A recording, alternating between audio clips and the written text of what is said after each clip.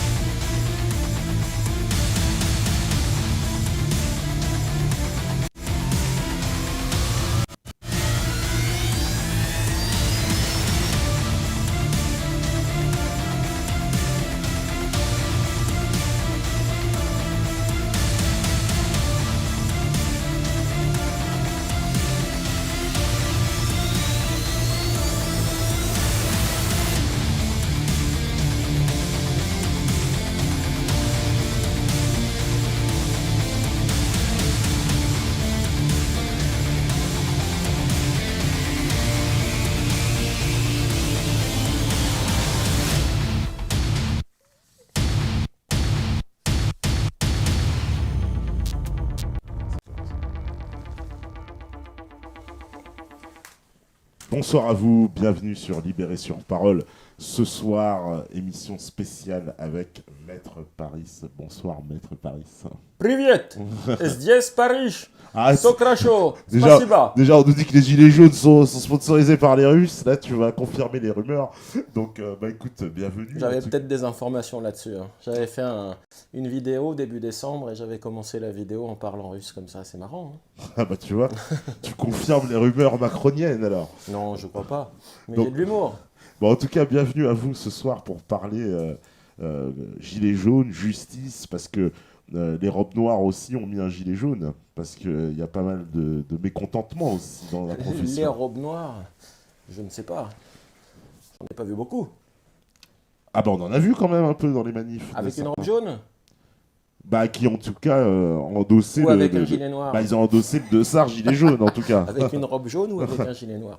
Non, avec un gilet noir, j'en ai pas vu. T'en as pas vu beaucoup, moi j'en ai vu Jaune, quelques-uns avec quand un même. gilet jaune. Avec Enfin, un vous gilet jaune. comprenez. Bref, j'ai remis la casquette, donc l'humour est là, il est de retour. Dans les heures graves, il faut avoir de l'humour. Donc non, moi j'ai pas vu beaucoup d'avocats avec un gilet jaune, j'en ai même lu ou entendu qui expliquaient qu'ils n'en mettaient pas par souci de dignité. Bon, en tout cas, moi, je suis interdit d'exercer jusqu'au 25 mars pour insubordination au bâtonnier de Rouen notamment, que je salue. Et ça ne m'empêche pas d'enfiler un gilet jaune que d'avoir un diplôme d'avocat et de recouvrer bientôt, je l'espère, ma capacité professionnelle. Enfin, ça c'est une autre affaire. Toujours est-il qu'il faudrait peut-être que je me présente parce que les spectateurs ne me connaissent pas tous. Pas forcément. Je vais être rapide. Enfin il y en a qui connaissent, mais Je vais être tous rapide. ne te connaissent pas En bien principe, évidemment. j'exerce la profession d'avocat. Je suis rentré dans ce métier en faisant un procès au barreau.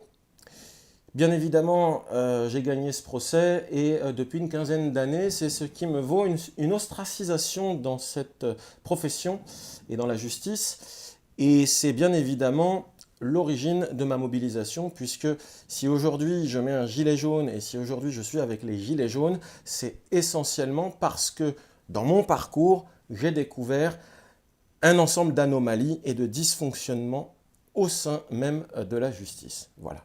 Et donc c'est au nom de cette information que j'ai directement vérifiée dans ma vie, enfin découverte au fil de mon exercice professionnel, que j'ai voulu rallier les Gilets jaunes, parce qu'il me semble que la justice et une certaine forme de corruption généralisée qui existe en France aujourd'hui sont les grands enjeux, si vous voulez, qui se cache un petit peu derrière les gilets jaunes et qui serait finalement la clé de voûte de tout le problème.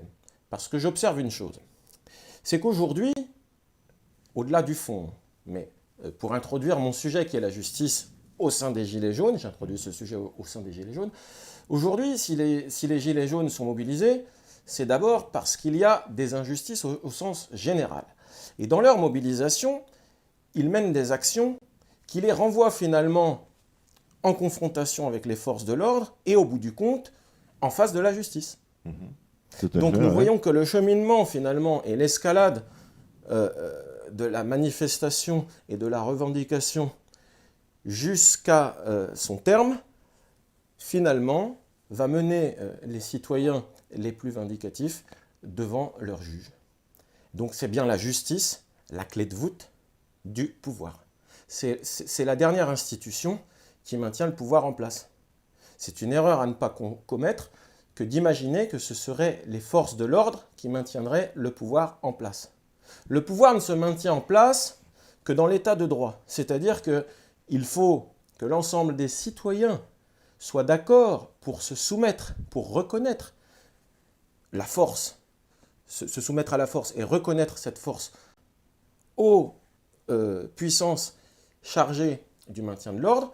C'est seulement à cette condition que les citoyens acceptent de s'y soumettre que l'état de droit peut se maintenir. À partir du moment où vous avez des citoyens qui refusent de se soumettre aux forces de l'ordre, l'état de droit n'est plus et on tombe dans le chaos. Et qu'est-ce qui maintient l'état de droit au-delà des forces de l'ordre? C'est la menace des condamnations que la justice va pouvoir prononcer contre les quelques marginaux et les minoritaires qui seraient susceptibles de privatiser le rapport de force. C'est-à-dire que normalement, on ne doit pas se faire justice soi-même, mais d'une certaine façon, nous voyons par exemple avec l'affaire de Christophe Détinger, le boxeur, qu'un gilet jaune a voulu privatiser la force, puisqu'il l'a retournée contre la puissance publique qui était là pour maintenir l'ordre. Et il se retrouve devant la justice. Donc vous voyez, par cette illustration, eh bien, je fais la démonstration qu'effectivement, c'est bien la justice qui est la clé de voûte de tout le pouvoir politique. Vous avez des lois qui sont votées, ces lois n'auront d'intérêt que si la justice est apte à en imposer l'application et le respect. L'application dans l'intérêt du pouvoir et de la force publique, d'accord? L'application et le respect de l'autre côté dans l'intérêt des personnes et au nom des libertés individuelles et fondamentales qui ne doivent pas être bafouées, notamment la liberté de manifester. Voilà, voilà donc toute la problématique, vous voyez, c'est pas un sujet mineur, vous voyez. C'est pas un sujet mineur que d'introduire le thème de la justice au sein des Gilets jaunes. Et c'est pour ça que j'ai voulu créer un sigle GJJ à l'envers, pour symboliser vraiment ce groupe que j'essaie de mobiliser, de fédérer et de rendre dynamique, à savoir les Gilets jaunes de la justice.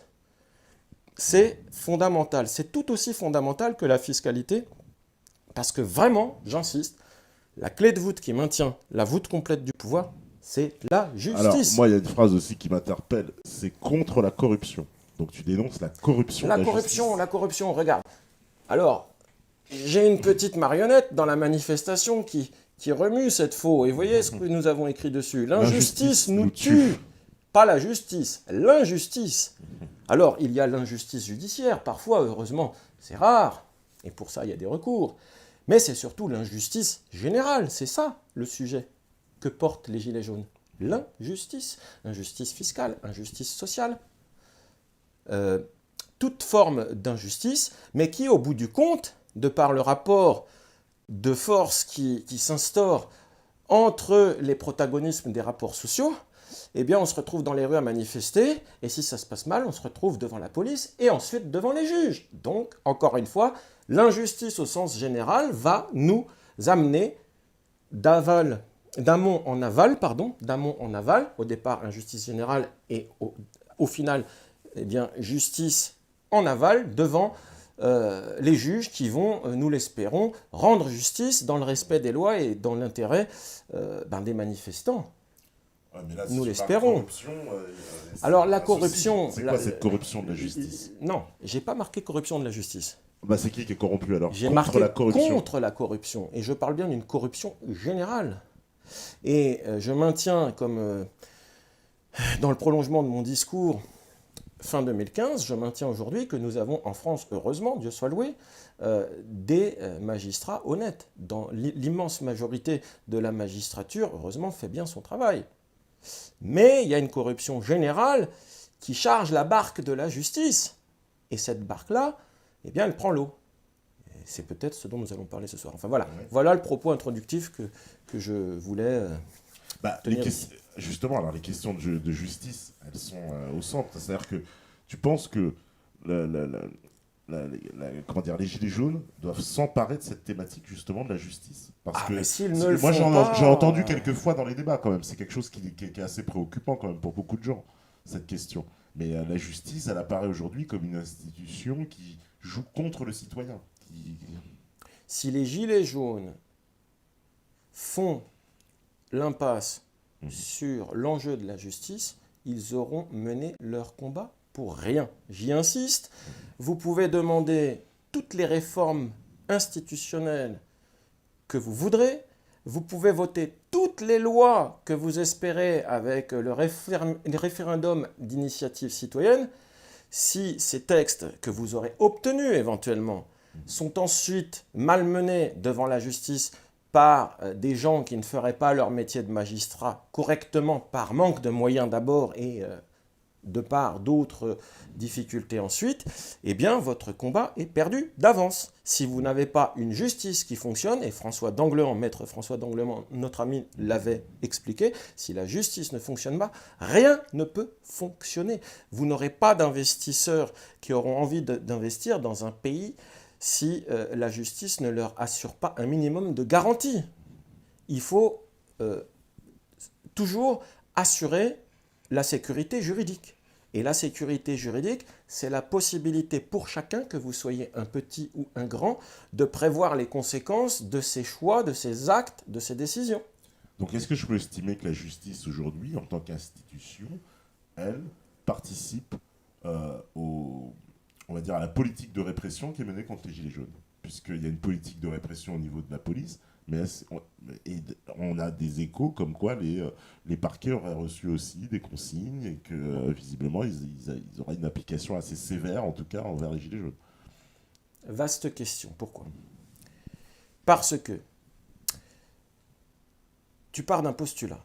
C'est-à-dire que tu pars du postulat qu'il y aurait eu des consignes. Alors, notamment, il y a un article qui est sorti dans le Canard enchaîné. Si je peux me permettre.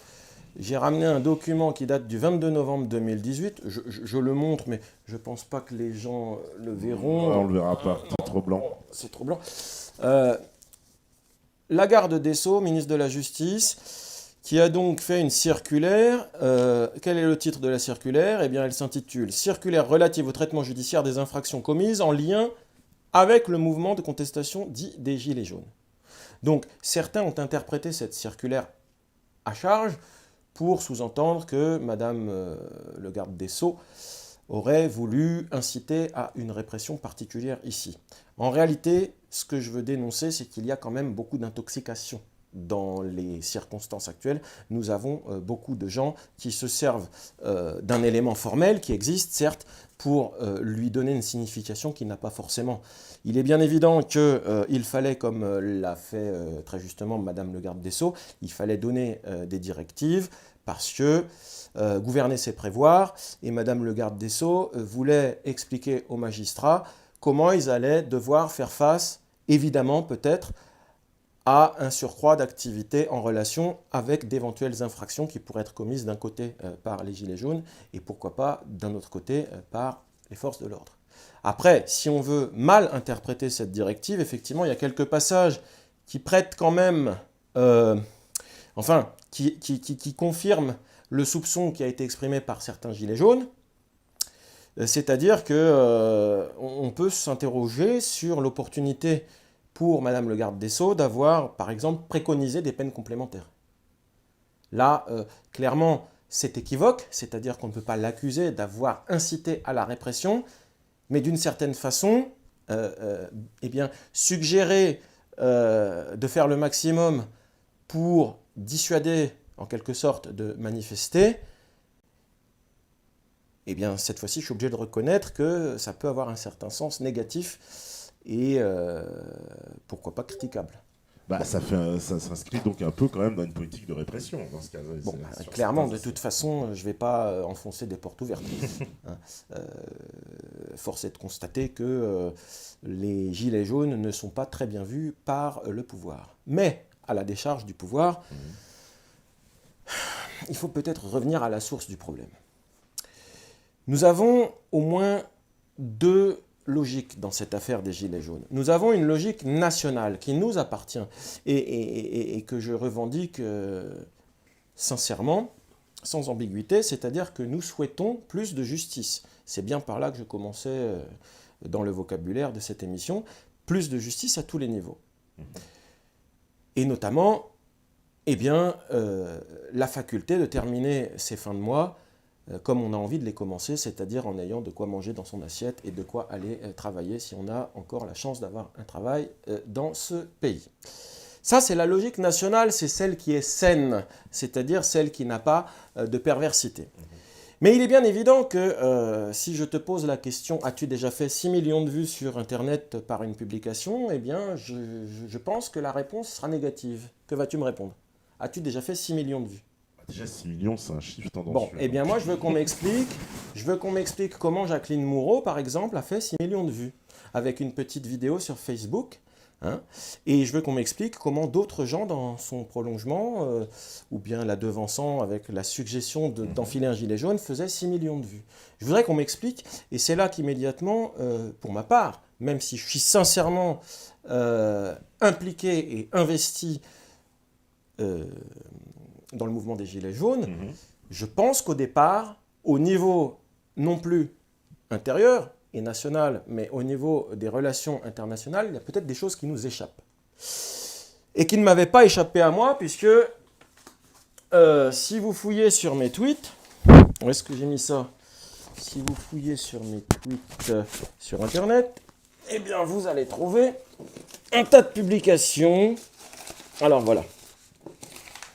Vous allez trouver un tas de publications, toutes plus inquiétantes les unes que les autres, puisque dès le 20 juin 2018, j'écrivais à M. Macron, « Macron, stop à la cabale ».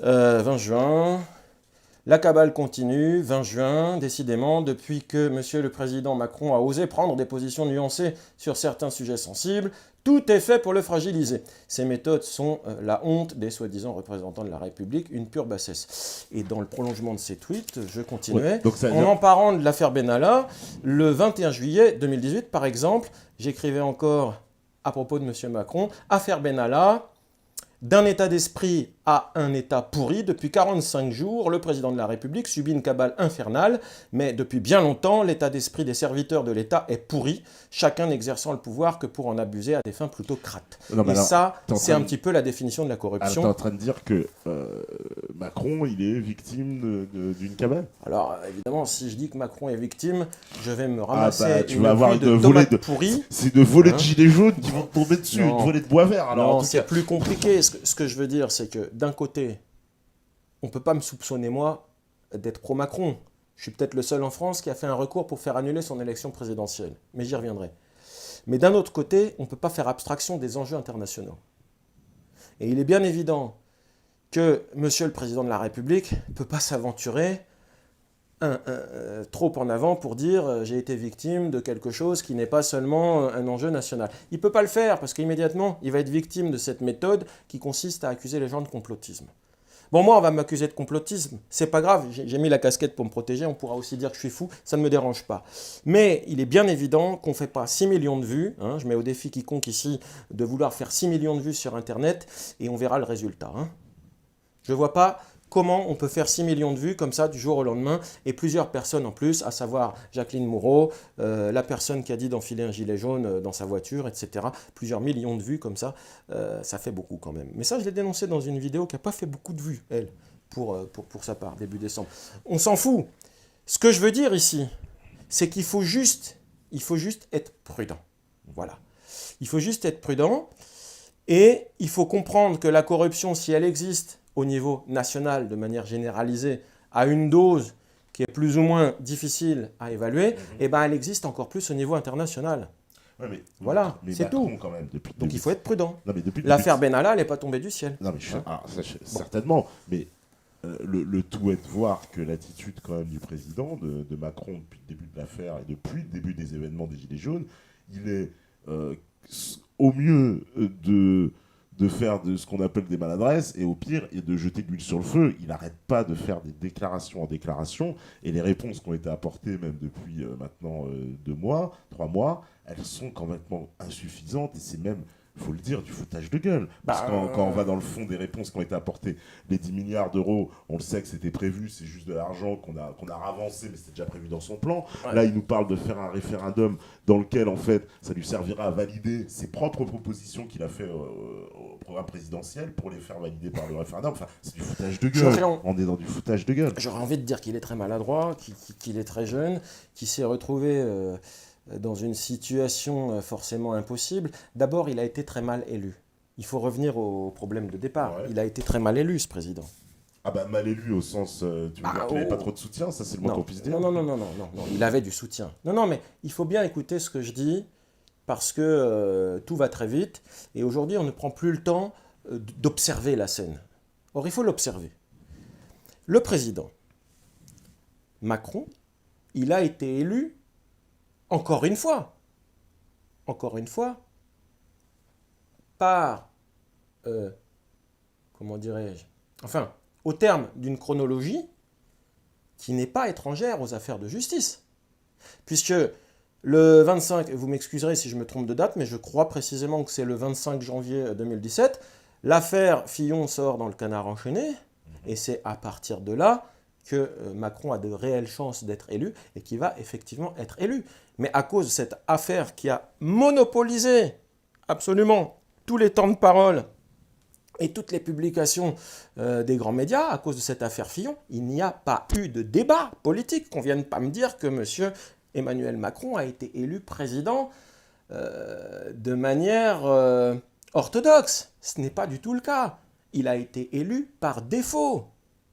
Il a été élu par défaut. Il a été très mal élu. Alors, si nous étions paranoïaques, nous poserions la question, nous dirions à qui profite le crime, et puis nous soupçonnerions le président d'avoir bénéficié de l'affaire Fillon, qui n'est pas tombée non plus du ciel. On n'attend pas le 25 janvier 2017 pour sortir une affaire qui va saboter le candidat Fillon et saborder la droite républicaine. On n'attend pas innocemment cette date-là. On peut raconter ça à des cochons d'Inde, mais pas à des êtres humains, doués d'un tout petit peu de matière cérébrale. Non. Donc cette date-là, elle a été choisie. Et ensuite, les affaires sortent de manière séquencée. C'est-à-dire que c'est un tir en direction de la cible, M. François Fillon, qui se fait à répétition. On ne sort surtout pas tous les éléments. On piège le candidat. On lui sort une affaire, puis celui-ci, croyant qu'il a du souffle, il se met à courir, il part dans sa campagne et on lui sort une seconde affaire, et puis il se dit, bon, c'est terminé, je vais arriver à faire face, puis on lui en sort une troisième, 1, 2, 3, comme Kennedy. Voilà. Mais donc il y a bien eu une instrumentalisation malgré la justice et malgré le candidat Macron, parce que je ne l'accuse surtout pas d'être derrière cette affaire, mais il en a bénéficié. Et j'accuse surtout pas la justice d'avoir instrumentalisé cette affaire. C'est beaucoup plus subtil aujourd'hui. Vous avez des gens qui sont capables de vous instrumentaliser, comme dirait l'autre, à l'insu de votre plein gré. Ouais, moi, je fais le parallèle avec l'affaire Benalla, maintenant, aujourd'hui. Je veux dire, Macron, il a quand même affirmé... J'aimerais terminer. Macron a donc été très mal élu. Ça, j'insiste là-dessus. Et si aujourd'hui, nous avons un divorce entre les représentants de la nation et le peuple, qui est le fondement de cette nation, c'est à cause de cette élection volée. Et dans la suite, de par la coïncidence entre l'élection des parlementaires et l'élection du président, eh bien effectivement, l'élection volée par le président, mais à l'insu de son plein gré, parce que je pense qu'il y est pour rien. Je ne veux pas le décharger pour le plaisir de le décharger, mais c'est tellement gros, ça serait grotesque. Je pense qu'il a bénéficié de ça malgré lui. Pas pour ceux qui ont organisé. Pas pour ceux qui ont organisé. Mais lui, il en a bénéficié, il s'est retrouvé au pouvoir, et dans le prolongement, eh bien, il a été obligé d'improviser avec des parlementaires qui ont été élus parce que c'était la coïncidence entre son élection par défaut contre le Front National, contre l'aléa, contre l'inconnu, contre le risque, le danger, enfin ce qu'on nous a toujours décrit comme une chose à éviter absolument, mais qui n'a jamais été interdite en tant que parti politique en France. Donc ça, c'est aussi une méthode à dénoncer. On diabolise, comme dirait M. Jean-Marie Le Pen, le Front National, mais enfin, il n'a jamais été interdit comme parti politique. Donc là, il y a une incohérence, il y a quelque chose de paradoxal. Enfin, voilà. Les gens qui sont derrière ces tricheries et qui manipulent les affaires savent très bien ce qu'ils font. Mais ceux qui bénéficient de cela, eh bien, dans un premier temps, ne sont pas forcément les commanditaires. En revanche, ensuite, s'ils ne font pas ce qu'on attend d'eux, eh ben, on leur a collé un poisson d'avril dans le dos qui s'appelle Benalla, par exemple. Hein? Voilà. Mais Benalla, Bah pardon, attendez, mais... c'est un poisson d'avril, Non, mais Benalla. pardon, mais le président, il s'est mis je veux dire, il s'est mis dans le caca tout seul. Personne l'a poussé. C'est lui qui est quand même venu devant les Français en expliquant, en gros, venez me chercher. C'est-à-dire, en gros... Il est très maladroit, je sais pas, il a un problème de communication. Je préfère mon pote. Moi, c'est comme ça que je le vois. Je dis, C'est comme ça que tout je le monde l'a préfère défendre compris, mon pote que malheureusement. défendre mon peuple. C'est comme ça qu'on l'interprète. Quand il dit venez me chercher, c'est une provo. Parce qu'il parle à qui quand il dit ça? Il parle à qui? Eh ben, je me demande s'il parle vraiment au peuple. Parce que justement, avant de venir, j'ai vérifié les choses, et voilà ce que dit le président. Hein? Alors, pour le coup, je vais vous faire rire, non, parce que n'imaginez surtout pas que moi je serais pro-Macron. Mais disons que j'ai une position nuancée qui peut surprendre. Mais je ne suis pas pro-Macron, j'insiste, j'ai fait un recours pour faire annuler son élection. Hein. Il n'y a pas d'ambiguïté là-dessus. Alors, si j'avais un humour un petit peu caustique, eh ben, je le comparerais dans le film Le Cornio avec Bourvil et puis Louis de Funès, je le comparerais à M. Sarvoyan, mais avec le sourire. Hein. Parce qu'il dit « Et ce responsable ?» Il répond, alors en parlant de lui, hein, « Venez me chercher ». Et puis il ajoute, donc à la fin, après avoir dit « Venez le chercher hein, »,« Venez me chercher, venez le chercher », il dit « Et ce responsable ?» Donc lui, ce responsable, il répond au peuple français et au peuple souverain et à personne d'autre. Et vraiment, dans toutes ces déclarations, ce qui est important, parce que là, il y a un message qui a échappé à beaucoup de gens, et à personne d'autre. C'est ça. Moi, j'aimerais savoir à qui s'adresse Monsieur le Président de la République à ce moment-là, quand il dit qu'il répond au peuple français, au peuple souverain et à personne d'autre. On sent bien que là, il y a quelque chose qu'il ne veut pas dire, mais qu'il a quand même voulu faire comprendre qu'il savait d'où venait le coup. Enfin, je pense. Hein. Je pense. Ouais, enfin, on peut imaginer personne d'autre, ça peut être aussi les parlementaires qui, à l'époque, voulaient faire leur commission d'enquête. Ça, c'est l'interprétation au premier degré. Mais sa déclaration n'aurait pas d'intérêt si c'était que ça, parce que ça serait effectivement une pure provocation. Ah oui, mais je pense. Ça a été interprété comme tel. Et oui, malheureusement, parce que il y a des ambiguïtés dans son discours, il y a des maladresses, il est jeune. Je pense que malgré l'intelligence d'un personnage tel que lui, nous devrons tirer les conséquences de cette aventure dans laquelle nous sommes engagés et qui, je l'espère, se finira bien. Je ne veux pas parler de mes aventures pour l'instant, mais je pense qu'il est arrivé au pouvoir trop jeune, c'est tout. Mais clairement, par exemple, dans cette affaire, il a beau être intelligent, qui nous met complètement, on va dire justement en lien avec l'émission de ce soir, c'est que les Français ont le sentiment qu'il y a eu une instrumentalisation de la justice pour protéger et défendre M. Benalla. Malgré elle. C'est toujours pareil. À partir du moment où vous connaissez les règles d'une institution, vous savez comment elle fonctionne. Vous avez quelques rouages, effectivement, qui peuvent être activés. D'ailleurs, David Koubi, qui est avocat, lui nous explique que chacun sait ce qu'il a à faire. Il n'y a même pas besoin de se passer le mot. Voilà. Eh bien, effectivement, il y a une instrumentalisation qui peut se mettre en place. Bon. Mais il faut être prudent. Il faut être très prudent. Dans cette affaire des Gilets jaunes, c'est une merveilleuse occasion que nous avons, nous, le peuple, de reprendre le pouvoir. Et c'est d'ailleurs ce que j'avais mis sur mes affiches quand je me suis présenté aux législatives. J'avais expliqué que j'étais un candidat parmi tant d'autres, mais j'avais écrit que je voulais rétablir la République. Ça aussi, c'est un message. Alors évidemment, moi, je ne suis pas un personnage, je n'ai pas de dimension ni de légitimité étatique, mais il y avait un message, c'est que j'avais bien l'impression que le pouvoir de la République n'est plus ce qu'il doit être. Hein? Vous avez deux piliers en matière de pouvoir. Vous avez la liberté et l'ordre public. Et ça doit toujours être équilibré. S'il n'y a pas d'équilibre entre ces deux forces, la liberté et l'ordre public, s'il n'y a pas d'équilibre entre ces deux forces, vous tombez dans l'injustice à tous les niveaux, pas seulement devant le juge. Ce n'est pas seulement l'injustice judiciaire à ce moment-là, c'est l'injustice à tous les niveaux. C'est toujours un équilibre. Et donc c'est pour ça, je vous dis, il faut être nuancé. Il ne faut pas prendre un poids de 10 kilos pour rétablir un équilibre parce qu'il manquerait 1 gramme d'un côté. Oui, mais enfin, dans cette affaire, on a l'impression que justement, pour ce qui est de nuancé, qu'on a quand même un personnage qui est un pote du président de la République, qui se montre dans des vidéos en train de frapper des gens. Vous dites que c'est son pote. Aujourd'hui, les Tous révélations... Moi, j'ai tendance à penser que c'est un poisson d'avril. Enfin, je dis c'est son pote. Visiblement, il l'a défendu, en tout cas, bec et ongle. En tout cas, il le protège, quoi qu'il arrive. Alors, pote ou pas pote, c'est très il le difficile protège. quand vous êtes président. Vous connaissez le conte Les habits neufs du roi. En gros, c'est un roi qui se croit tout-puissant, qui se croit intelligent, qui se croit formidable. Je vous la fais courte. Hein. Et un beau jour, eh bien, il commet la bêtise d'acheter des habits, une fortune, à des escrocs. Et ces habits qu'il paye avec l'or du royaume, eh ben, à la fin, il les enfile. Il se balade devant son public parce que ces habits auraient une vertu magique, c'est-à-dire que seuls les imbéciles ne les verraient pas. Et le roi, pour ne pas passer pour un imbécile, croyant à cette fable, eh bien, fait semblant d'enfiler le vêtement malgré lui, et puis il se balade, et tout d'un coup, un enfant dit « Regardez le roi, il est tout nu !» Et voilà, et le roi est tout nu. Et ben c'est un peu l'histoire de M. Macron. On lui a collé un poisson d'avril dans le dos. J'attends, on verra ce que donnera l'enquête, mais je pense que M. Benalla, clairement, a été mis dans les pattes du président pour lui coller comme de la glu. Ça n'engage que moi. C'est une intuition. Voilà. C'est pour ça que je dis, bien que je sois gilet jaune, que je mange des nouilles pour pouvoir manifester dans l'intérêt des gilets jaunes, pour demander plus de justice dans ce pays, et voilà, et ben malgré tout, je suis conscient de certains aléas qui nous dépassent. Alors, on est dans des choses qui nous dépassent. On est quand même dans le prolongement de l'affaire DSK. N'oublions pas qu'en 2012, on nous a volé un candidat.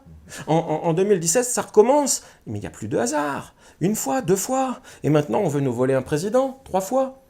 Ça fait beaucoup quand même.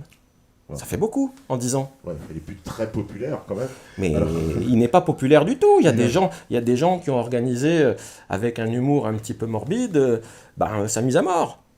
Et ils sont poursuivis pour ça.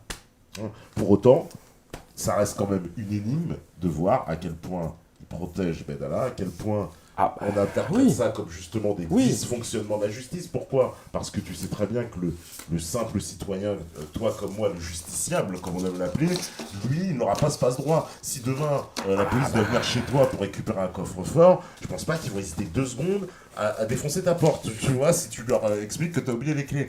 Alors, on se demande comment ça arrive à d'autres, ah bah non, désolé, on revient demain, monsieur. J'ai pris la peine de ramener un exemplaire de l'Express. L'Express. Ouais. L'Express, qui date du 10 au 16 juillet 2013. Et vous voyez, ces élus, patati patata... le titre, ces élus qui embauchent leurs conjoints, leurs enfants, leurs neveux, leurs ex, leurs cousines. Voilà. En juillet 2013, le sujet, il est déjà là. Pourquoi le canard enchaîné a-t-il attendu le 25 janvier 2017 pour nous parler de ça ? C'est tout. Ça, c'est de la corruption. Mais c'est de la corruption subtile. C'est-à-dire qu'on utilise une liberté, la liberté de la presse, on utilise une seconde liberté, la liberté des sources, et on utilise une troisième liberté qui est la liberté de son libre arbitre, de décider si on a envie de publier un article ou pas. Et on attend le 25 janvier 2017 en sachant que ça va tout fausser. Mais c'est une fraude électorale. Je l'ai dénoncé à l'époque dans des vidéos. Je ne sais pas qui a organisé cette fraude, mais c'est la volonté, par l'application des règles de manière perverse, d'obtenir un résultat qui est contraire à celui de la loi. La loi, ce qu'elle nous propose, c'est d'élire un président. Et qu'est-ce qu'on nous organise ? Une élection qui n'a plus aucun enjeu. Et c'est pour ça qu'aujourd'hui, on est dans la rue. Et c'est pour ça que je pense qu'on peut parler aujourd'hui d'un pouvoir illégitime. Et je crois que la seule option pour le président de la République, si tant est que les citoyens veuillent encore de ce président, parce que la question se pose de plus en plus, et pourquoi pas... Je te rappelle que le slogan de la manif, c'est Macron démission quand même. C'est un slogan populaire. Bon, je suis un des rares qui n'a jamais prononcé cette phrase. Mais non pas... Je n'aime pas Macron, c'est pas le problème. Je le déteste pas non plus. Le problème, il y a des gens qui seraient légitimes à le détester, ceux qui ont perdu une main, etc. Mais ça, c'est un raccourci. C'est un raccourci. Ouais. Parce que, bon, ce que je veux dire, ce que je voulais dire, et je suis en train de perdre le fil de ma pensée... Si tu ne détestes pas Macron, tu ne demandes pas sa démission. Pourquoi ? Non, mais oui, voilà. Moi, je privilégie la dissolution de l'Assemblée nationale. Voilà. Quand vous avez un cancer, il faut commencer par assécher la cellule initiale, celle qui a métastasé. Donc, on s'occupe déjà, je ne fais pas de la médecine illégale, mais je prends cette métaphore. On s'occupe déjà de tout ce qui s'est répandu autour. Ce sont les parlementaires qui ont eux-mêmes été mal élus. Donc on dissout l'Assemblée nationale. Ça permet de rétablir un petit peu et puis de reprendre la température démocratique dans le pays. Donc moi je pense qu'aujourd'hui ce qu'il faut faire, et je le dis déjà depuis 2 mois, il faut dissoudre l'Assemblée nationale pour avoir une assemblée qui va correspondre vraiment aux idées actuelles.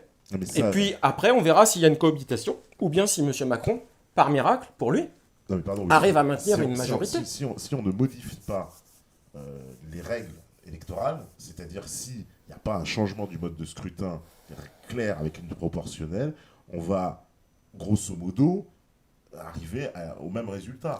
Tu sais très bien que... Et les gens ne s'en contenteront pas parce qu'ils veulent plus que ça. Ils ne veulent pas arriver à ça. Il a raison, mais il a tort. Alors, il a raison, fondamentalement, sauf que chronologiquement, pour changer éventuellement ou pour modifier éventuellement les institutions essentielles, c'est-à-dire pour s'aventurer à faire une opération chirurgicale sur la Constitution, sur nos lois fondamentales, sur nos lois politiques, pour s'aventurer à ça, et bien encore une fois, je vous dis qu'il faut faire les choses dans l'ordre, c'est-à-dire qu'il faut commencer par rétablir une assemblée qui est en conformité avec la souveraineté du peuple. Aujourd'hui, si nous devons réformer la Constitution, nous devons le faire avec une Assemblée nationale qui va correspondre à l'état d'esprit actuel. Il faut actualiser comme sur un ordinateur, on fait des mises à jour. Eh bien aujourd'hui, il faut faire une mise à jour de l'Assemblée nationale avant de toucher au disque dur, qui est la Constitution. Voilà. Si tu ne fais pas de mise à jour, tu vas faire une modification qui n'en sera pas une, puisque ce sont les députés LR-EM qui vont voter la réforme. Donc ça, c'est pas possible. Ils n'en veulent pas, les gens. Voilà. Donc on est bien d'accord, il faut commencer par dissoudre l'Assemblée nationale.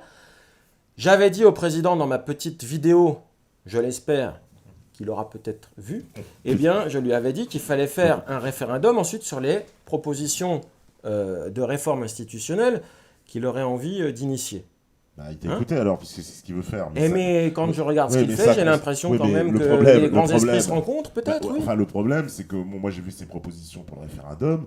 Bah ça va pas, parce que... C'est rien, il veut... C'est même pas du toilettage. Il a raté... Les coutures, il n'y a même pas. Il a raté une case. C'est-à-dire que... Mais bon, c'est pareil, c'est difficile parce qu'il est dans sa fonction. Après, on pourrait lui reprocher de discréditer sa fonction et puis de se remettre trop bas, d'être trop à l'horizontale. Il est dans la verticalité au départ. Après, s'il se met trop à l'horizontale, c'est un grand écart qui est difficile. Mais enfin, c'est vrai qu'il a raté une case, c'est qu'il ne va pas assez vers le peuple. Il aurait dû faire confiance au peuple. Je crois que le geste le plus fort qu'il aurait pu faire, c'est de venir manifester avec nous plusieurs fois, oui, et puis discuter sur le terrain avec les gens, mais vraiment. Mais il n'aime vraiment. pas le peuple.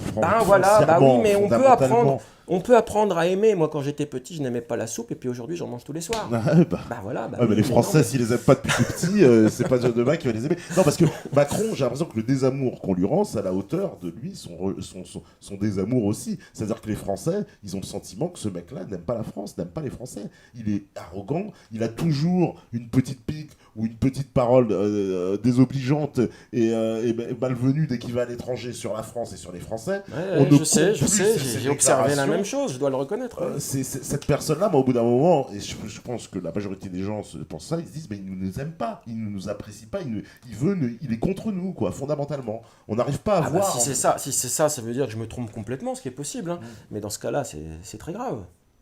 C'est le sentiment. Moi, on ne peut pas imaginer un chef d'État qui déteste son peuple. Enfin, c'est le comble du paradoxe.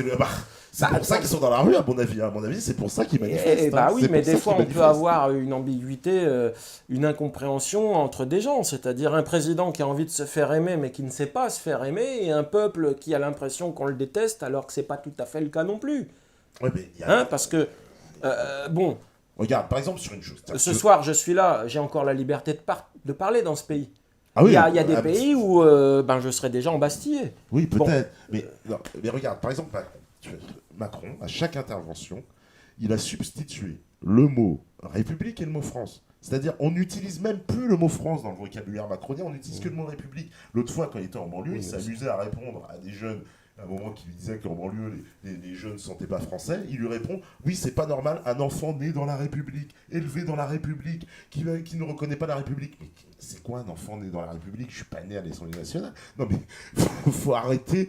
Tu vois, c'est pour ça que le Macron, on a l'impression qu'il n'aime pas la France, quoi. Enfin, il donne ce sentiment de dire la France, c'est une entreprise. Voilà, c'est comme Alstom ou la SNCF. Et puis on va la privatiser. On est parti loin de la justice, mais finalement. Non, mais ça a un rapport, je pense. Ça a un rapport, parce que la notion de République, la justice est rendue au nom de la République et du peuple français. Exactement. Alors qu'est-ce que c'est la République? Voilà, qu'est-ce que c'est la République? C'est un ensemble de valeurs, c'est un ensemble de normes et c'est un état d'esprit dans la mise en œuvre de ces institutions. Et c'est une pratique.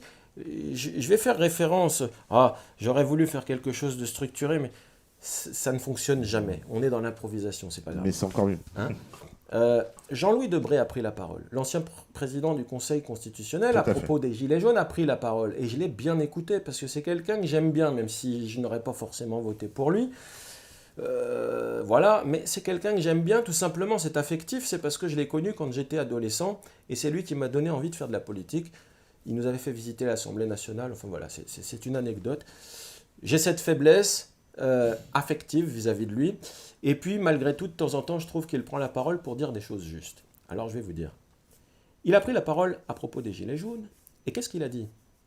J'ai pas appris sa phrase par cœur, mais c'est à peu près en substance cela. Il nous a dit, il ne faut pas confondre un problème qui serait celui de mauvaises institutions avec un problème qui est peut-être celui d'une mauvaise pratique de ces institutions. Bon, ce n'est pas sa phrase exacte, mais c'est ce que ça voulait dire. Et moi, je traduis dans ma grande paranoïa, n'est-ce pas? Petit clin d'œil à Marie Santiard, hein. Je ne l'oublie pas.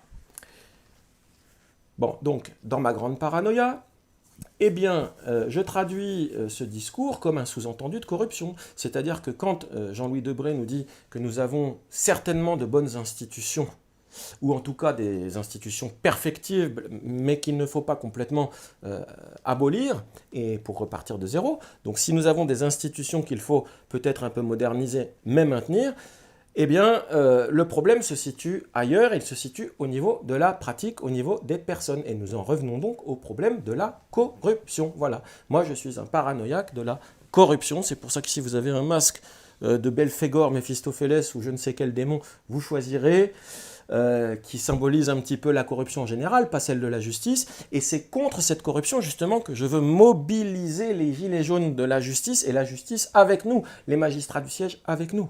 Ouais, mais alors, dans ce cas, on peut, tu vois, en venant faire la démonstration que tu viens de faire, ça démontre que les gilets jaunes, pour qu'on puisse modifier le système là, sur lequel ils ne sont pas contents, il va falloir une espèce de révolution totale. Parce qu'ils ne pourraient pas se contenter de...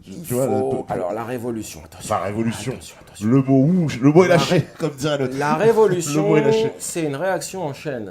Là, on joue avec le cœur de la matière. Hein. Quand on commence à toucher à ça, hein, c'est un petit peu l'explosion nucléaire. On sait où ça commence, on ne sait pas où ça s'arrête. Alors la révolution, moi j'aime beaucoup cette idée-là, hein, avec un grand R, mais attention, il y a plusieurs façons de faire une révolution. Hein. Aujourd'hui, une révolution violente en France, ce serait une catastrophe.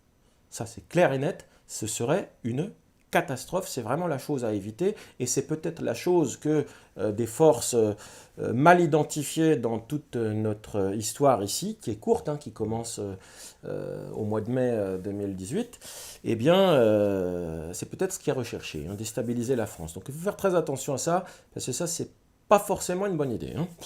Alors essayons de rester sur nos deux pieds. Hein, même si on a envie d'une révolution au niveau des règles. Et pour justement arriver à cette révolution au niveau des règles, il faut être méthodique. On a une chance formidable, c'est qu'aujourd'hui, les Gilets jaunes sont un petit peu comme M. Jourdain dans Le bourgeois gentilhomme, hein, de Molière. Nous faisons de la politique, nous, Gilets jaunes, sans y connaître rien, c'est-à-dire même sans en avoir conscience. Quand on écoute les Gilets jaunes, ils disent « nous ne voulons pas faire de la politique », mais enfin, il y en a certains d'entre eux qui veulent se présenter aux élections européennes, donc ils en font quand même. Mon confrère François Boulot dit qu'il n'est que le représentant des Gilets jaunes et qu'il n'a pas mandat pour... qu'il n'est que le porte-parole, pardon. Lapsus révélateur, qu'il n'est que le porte-parole des Gilets jaunes et qu'il n'a pas mandat pour les représenter, mais dans le prolongement de son discours, immédiatement, il propose à M. Macron des solutions aux problèmes. Donc finalement, il s'improvise représentant des Gilets jaunes. Vous voyez, donc, dans ce mouvement, on a tout et son contraire. Hein. Pareillement, ce monsieur nous explique que le Front National ne serait qu'un vote de contestation et que ce ne serait pas un vote d'adhésion. Eh oui, mais comme lui fait remarquer la journaliste, on a quand même beaucoup de gens qui expriment le contraire, c'est-à-dire qui aujourd'hui font un vote vers le Rassemblement national, maintenant ce n'est plus le Front National, le Rassemblement national, avec une adhésion. Ouais. Et on a toute une structure d'un parti politique qui suscite forcément l'adhésion, parce que pour arriver à un parti politique aussi structuré, c'est qu'il y a une adhésion. Donc vous voyez, ce que je veux dire, c'est que parmi les Gilets jaunes, on a tout et son contraire. C'est-à-dire qu'on est dans l'anarchie. L'anarchie institutionnelle. Les Gilets jaunes n'ont pas su se structurer, se fabriquer une carcasse. Et puis l'anarchie substantielle, l'anarchie du discours, l'anarchie du contenu. C'est-à-dire qu'on dit tout et son contraire. Mais tu crois on veut aller à droite, on va à gauche, on veut aller à gauche, on va à droite. Puis après, on vous dit « Ah, mais c'est parce qu'on a... un petit génie, c'est une méthode, on vous met en difficulté, personne ne sait où nous allons. Oui, mais nous ne savons même pas nous-mêmes. Alors à un moment donné, il va falloir réfléchir. Ça veut dire quoi se structurer pour les Gilets jaunes? Parce que là, il y a des partis politiques qui se montent, des listes qui se font pour les européennes, finalement, c'est ça la structuration. Alors c'est quoi la structuration sinon? Eh bien la structuration, c'est très compliqué. C'est très compliqué, il y a plusieurs méthodes. Soit vous allez vers des équipes qui existent déjà. Donc vous allez vous orienter vers des partis politiques. Et quand vous discutez avec les Gilets jaunes, eh bien vous allez demander à un gars comme moi pour qui tu as voté, pour qui tu as envie de voter, etc. Voilà, chacun va dire pour qui il a voté et pour qui il a envie de voter. Bon, donc là, la structuration, c'est du préfabriqué, chacun va se disperser finalement, parce qu'il n'y a pas d'uniformité. Hein. Parmi les Gilets jaunes, il y a des mélenchonistes, il y a des lepénistes, il y a des macronistes, il y en a qui sont déçus, il y a des fillonistes, enfin il y a toutes sortes de gens, vous avez des monarchistes, vous avez des nationalistes très exacerbés, enfin il y a toutes sortes de gens, il y a des gens d'extrême gauche, bon. Donc c'est hétérogène, c'est-à-dire que c'est composé d'un magma de gens qui normalement ne vont pas ensemble. Qu'est-ce qu'il faut faire dans ces cas-là? Vous avez donc une phrase mathématique qui est celle-là, elle est hétérogène. Eh bien il faut la factoriser, c'est-à-dire chercher les éléments les plus petits qui regroupent l'ensemble. Il faut factoriser. Et factoriser, ça ne peut se faire que d'une seule façon. Ça ne peut se faire que si, au sein des Gilets jaunes, vous cherchez des gens qui ont du contenu. Par exemple, je le dis sans prétention, ce n'est pas de ma faute, mais c'est un état de fait, sur le sujet de la justice, j'ai des choses à dire, j'ai un vécu, j'ai un savoir-faire. Toi, si tu dois parler du domaine artistique ou bien du domaine des médias, tu as aussi des compétences. Donc, parmi les Gilets jaunes, il y a une élite. Et il ne faut pas cracher dessus, parce que ce qui compte aujourd'hui, c'est de se réapproprier le pouvoir. Il ne faut pas être allergique au pouvoir.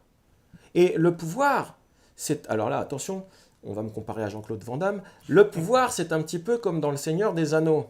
La référence. Voilà, la référence minable. Non, mais attendez, écoutez-moi bien. Je vous fais rire, hein, mais c'est pas grave, c'est bien. Dans Le Seigneur des Anneaux, on a l'anneau de pouvoir. Et l'erreur des gens, c'est de vouloir exercer le pouvoir en fonction d'eux-mêmes, alors que l'anneau, il a ses propres exigences. Et bien le pouvoir, il a ses propres exigences aussi. C'est-à-dire que vous ne pouvez pas venir faire de la politique avec un gilet jaune et dire on va complètement faire fi des méthodes qui ont été inventées jusqu'à présent pour exercer le pouvoir, parce qu'en réalité, si ces méthodes-là existent, c'est parce que le pouvoir a ses exigences et qu'il faut, pour exercer le pouvoir, greffer ces méthodes-là. En revanche, ce qu'il faut faire, c'est s'inspirer de ce qui existe et le créer de toutes pièces à partir des gilets jaunes compétents et capables de fédérer autour d'eux des gens qui ont envie de se fédérer sur des sujets. Moi, j'ai envie de fédérer des gens sur la justice. J'aimerais qu'un ou deux agriculteurs viennent avec leur savoir et leurs problèmes pour dire voilà le problème dans l'agriculture et l'environnement. On va fédérer un groupe de travail, un atelier de travail, un laboratoire, peu importe le terme. On va travailler sur un sujet, chacun, de par nos compétences. Et là, à partir de là, nous avons des groupes qui pourraient être carrément comme des petits ministères privés qui vont pouvoir dire à M. Macron, eh bien écoutez, nous avons réfléchi et nous avons posé de manière très synthétique, en s'imposant une rigueur, le problème en une page. Et en une page, nous avons fait les propositions et nous nous sommes limités à la factorisation, c'est-à-dire 5 problèmes précis en matière de justice et 5 solutions précises sur ces problèmes. C'est ce que moi je suis en mesure de faire aujourd'hui pour la justice, pour que ça aille mieux. Je ne prétends pas qu'on va faire la justice admirable, la meilleure du monde, mais je prétends que les réformes que j'ai imaginées pour des problèmes précis peuvent permettre à la justice de fonctionner beaucoup mieux. Et j'aimerais que des gens le fassent pour le domaine industriel, pour le domaine fiscal, pour le domaine agricole et l'environnement, pour le domaine médical. Bon, on peut estimer que Voilà. ça existe, à mon avis, simplement qu'il n'y a pas de, Il faut le pas de structurer. centralisation, il y a pas Et de- là, on va au-delà de nos différences politiques, puisqu'on va avoir une élite au sein des Gilets jaunes qui va fédérer des gens. Et les bonnes idées peuvent venir de ceux qui ne sont pas des élites, mais qui vont dire moi, j'ai pas forcément de diplôme dans la justice, mais j'ai une excellente idée pour la justice et j'ai envie de travailler dans ce groupe. Pas plus tard qu'hier, je le salue d'ailleurs, Kevin.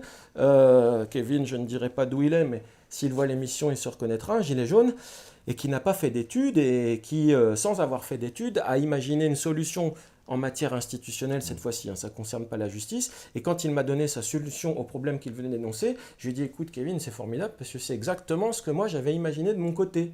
Donc avec 2 profils et 2 parcours complètement différents, sur une même question, on est arrivé à trouver le même résultat chacun de son côté. Non, d'accord. Voilà. Alors ça, c'est intéressant, bien sûr, de se structurer comme ça.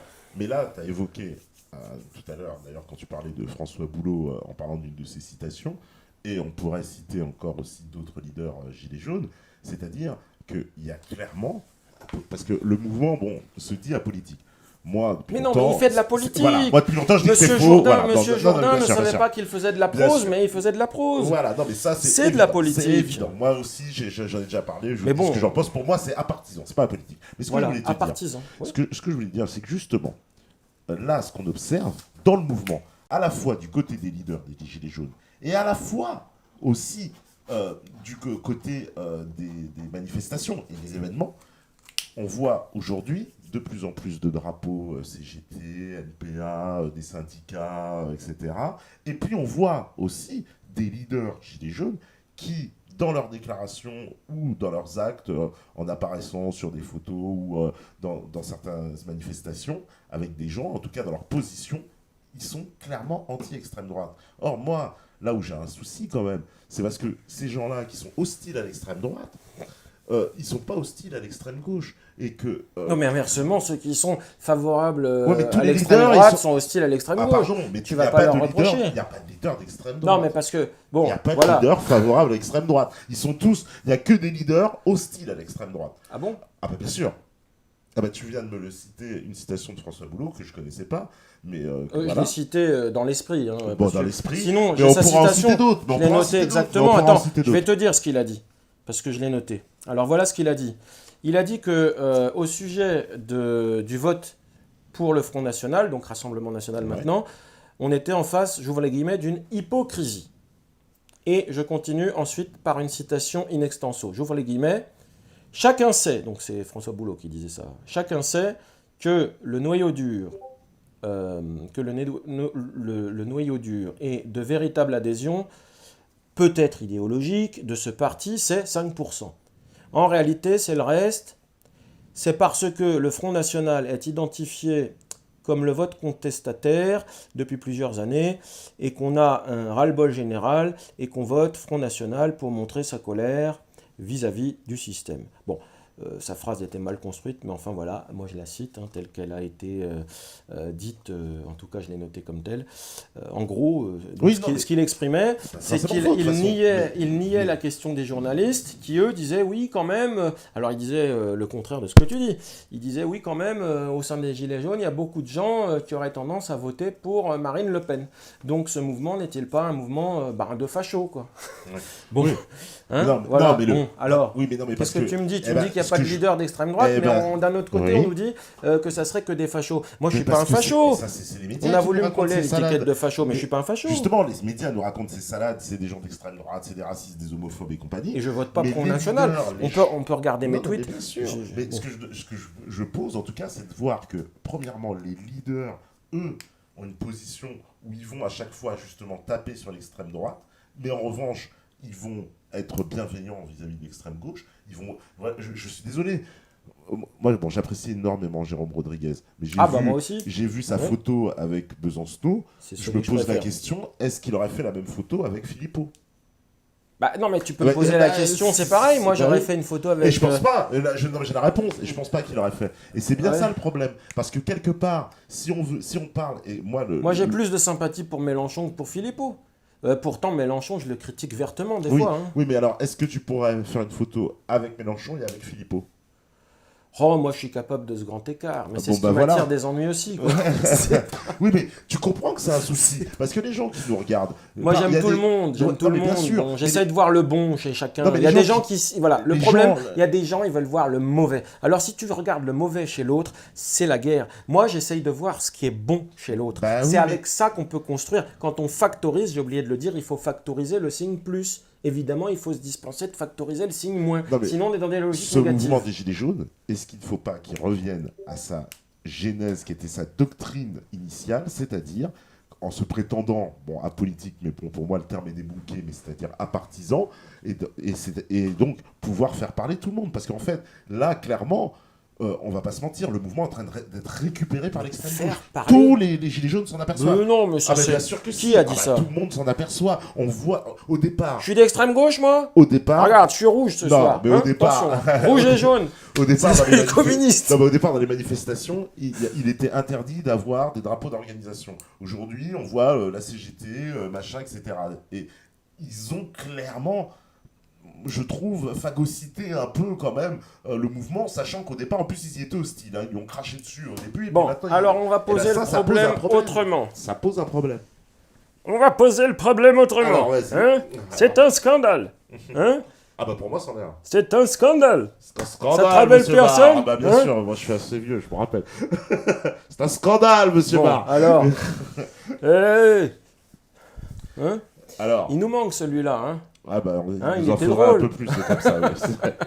Non, on fait allusion à Georges Marchais, Georges un Marchais communiste. et ses Et propos non, mais sur je voudrais l'immigration. poser la On en question. reparlera Si un on jour. devait aujourd'hui aller sur un rond-point, non, mais c'est une question intéressante. Bah oui. Si on devait aller sur un rond-point et sans poser la question aux gens, juste en observant du point de vue sociologique et pourquoi pas culturel, si un historien devait à jour poser une étiquette politique sur tout ce mouvement, c'est-à-dire des gens qui sont capables d'aller dans le froid, sous la pluie, en hiver, de se sacrifier pour qu'il y ait moins de misère, plus d'égalité, etc.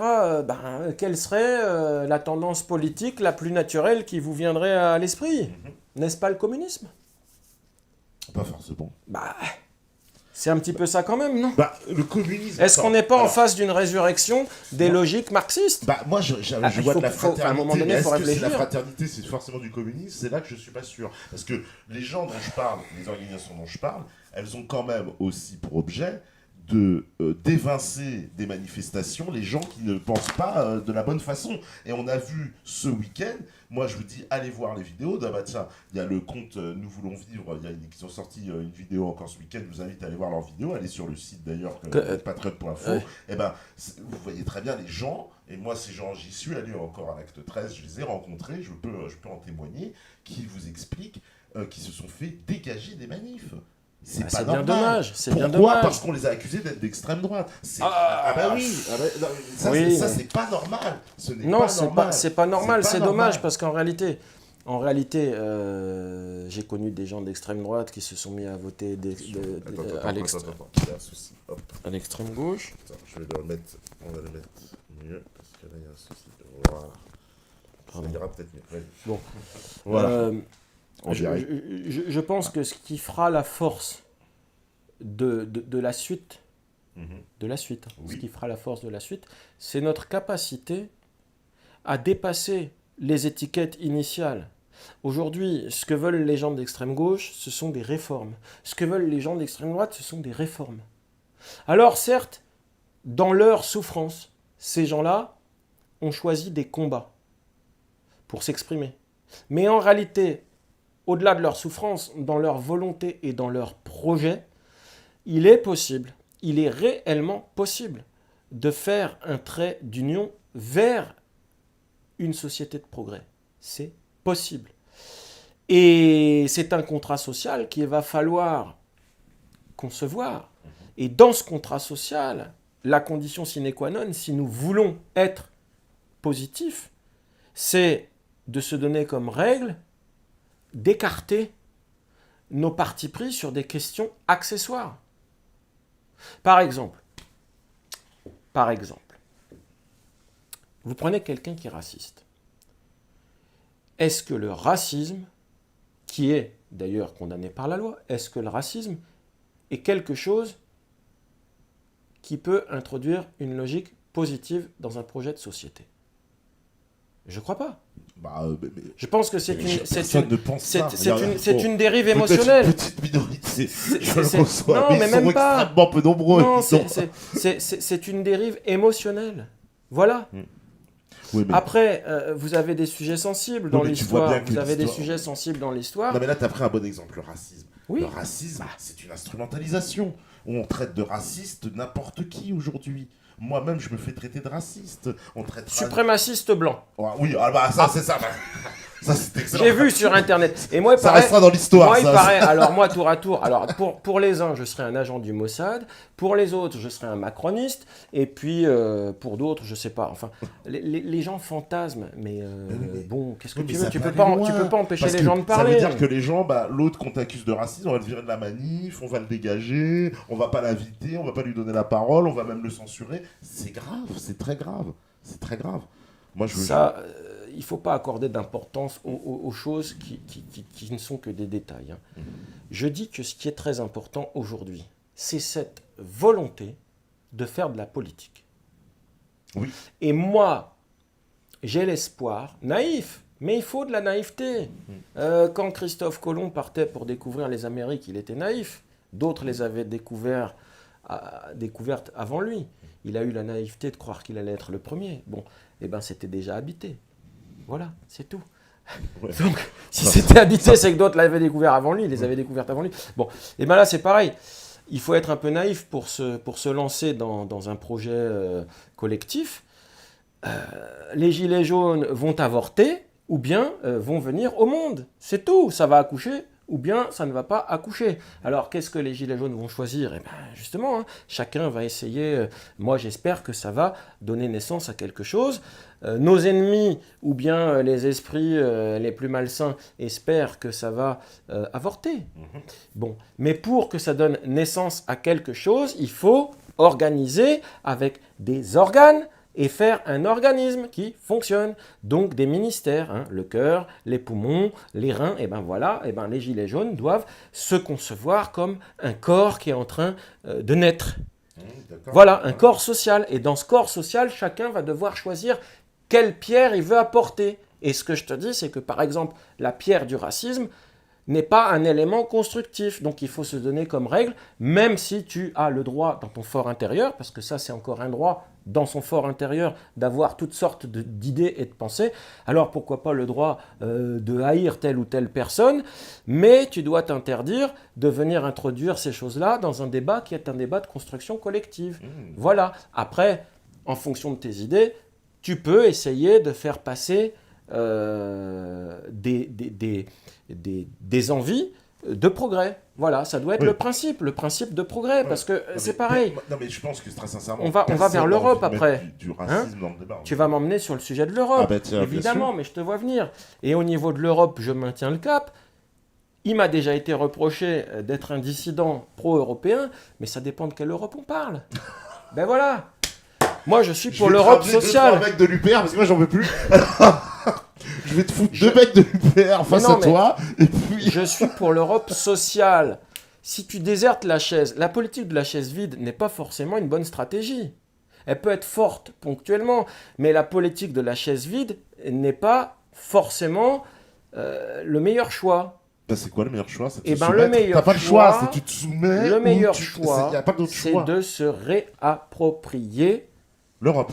Le projet. C'est-à-dire, nous, la France, on impose notre vision aux 27 autres partenaires, c'est ça? C'est peut-être ce que Macron voulait faire. Comment ils vont le vivre, on explique aux Roumains, aux Polonais, aux Danois, aux Suédois, aux Norvégiens, enfin, non, Norvégiens, c'est pas dans l'Europe, aux Hollandais, aux Allemands, aux Italiens, ça va être bon, alors, cool avec les Italiens. Ça part dans tous les sens, mais c'est pas grave. Non, c'est important, ça, c'est important, parce que tu dis, on va faire une autre Europe sociale. Oui. Pardon, mais... il faut. On est foutu. Ouais, si on ne fait pas une autre Europe, la même chose on est qu'une foutu. Vasseur. Non. Ah bah si. Elle Bon. dit la France a besoin de l'Union européenne. Et... Non, elle se trompe. Ah bah c'est ce qu'elle a déclaré. Alors, je l'ai entendu, j'en perds ma casquette.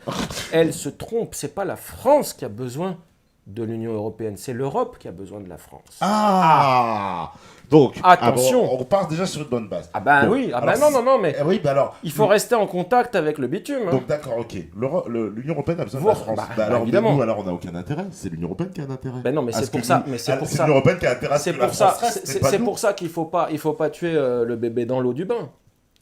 On a Macron qui s'improvise le nouveau Napoléon, parce qu'il s'y voit déjà. Hein. Oui, quand on l'observe bien, il est jeune et il s'y voit déjà. Ouais, mais il est très isolé. Alors, est-ce qu'on va s'aborder un chef qui, de manière pacifique, en plus, pour une fois, parce que jusqu'à présent, c'était la méthode guerrière. Hein.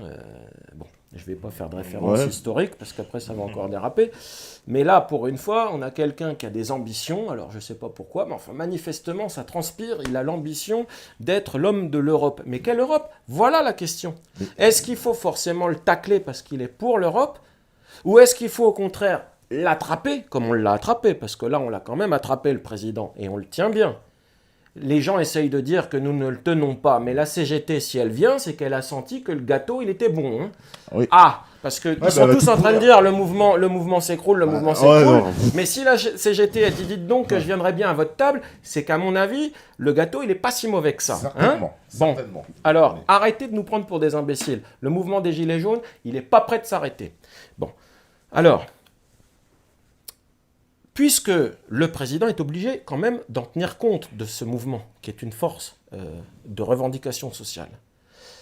Et puisqu'il essaie de faire cet effort, malgré tout, même si ça se passe très mal parfois, eh bien, essayons d'emmener le président là où nous voulons aller, avec un projet européen social. Alors évidemment, mais si ça existe, c'est concevable. Comment tu vas imposer ton projet social aux autres pays? Parce que moi, quand j'entends des discours qui nous vendent une autre Europe à la française, mais c'est des chimères françaises. Mais comment toi t'imposes ta volonté politique aux autres? Parce que les autres, ils en ont pas envie de ton Europe sociale. Tu crois que peut-être les Hollandais, ils en veulent de l'Europe sociale? Les Allemands, ils en veulent de l'Europe sociale? Et pourquoi ils n'en voudraient pas? Les Polonais, tu crois qu'ils en veulent? Ils n'ont rien à faire de l'Europe sociale. Les Polonais, ils en ont rien à faire. Pourquoi nos partenaires refuseraient-ils le progrès? C'est pas leur intérêt.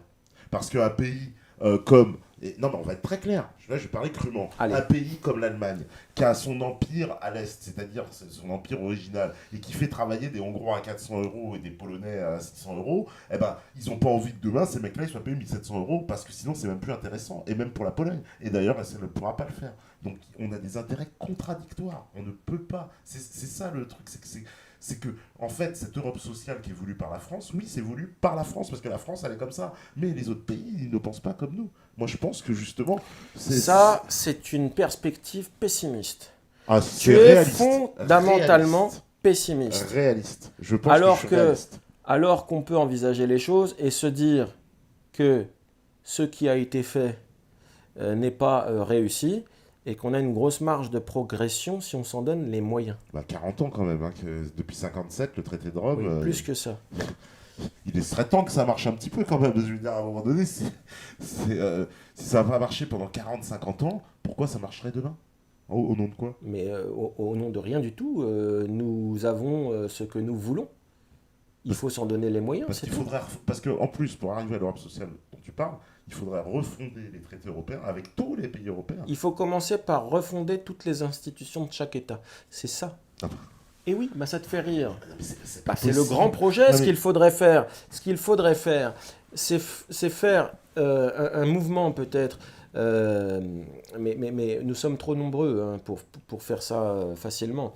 Alors il faudrait faire un cercle restreint en Europe pour essayer déjà de relever le défi d'homogénéiser nos constitutions nationales. Oui, mais alors là, tu vois, quand j'entends ça... France, Allemagne, Italie, Espagne, mais, tu vois, des grands États, des grandes démocraties qui pourraient essayer de se mettre d'accord. Pour les autres Européens, quand je t'entends parler, je me suis à la place d'un Polonais, d'un Roumain ou d'un Grec.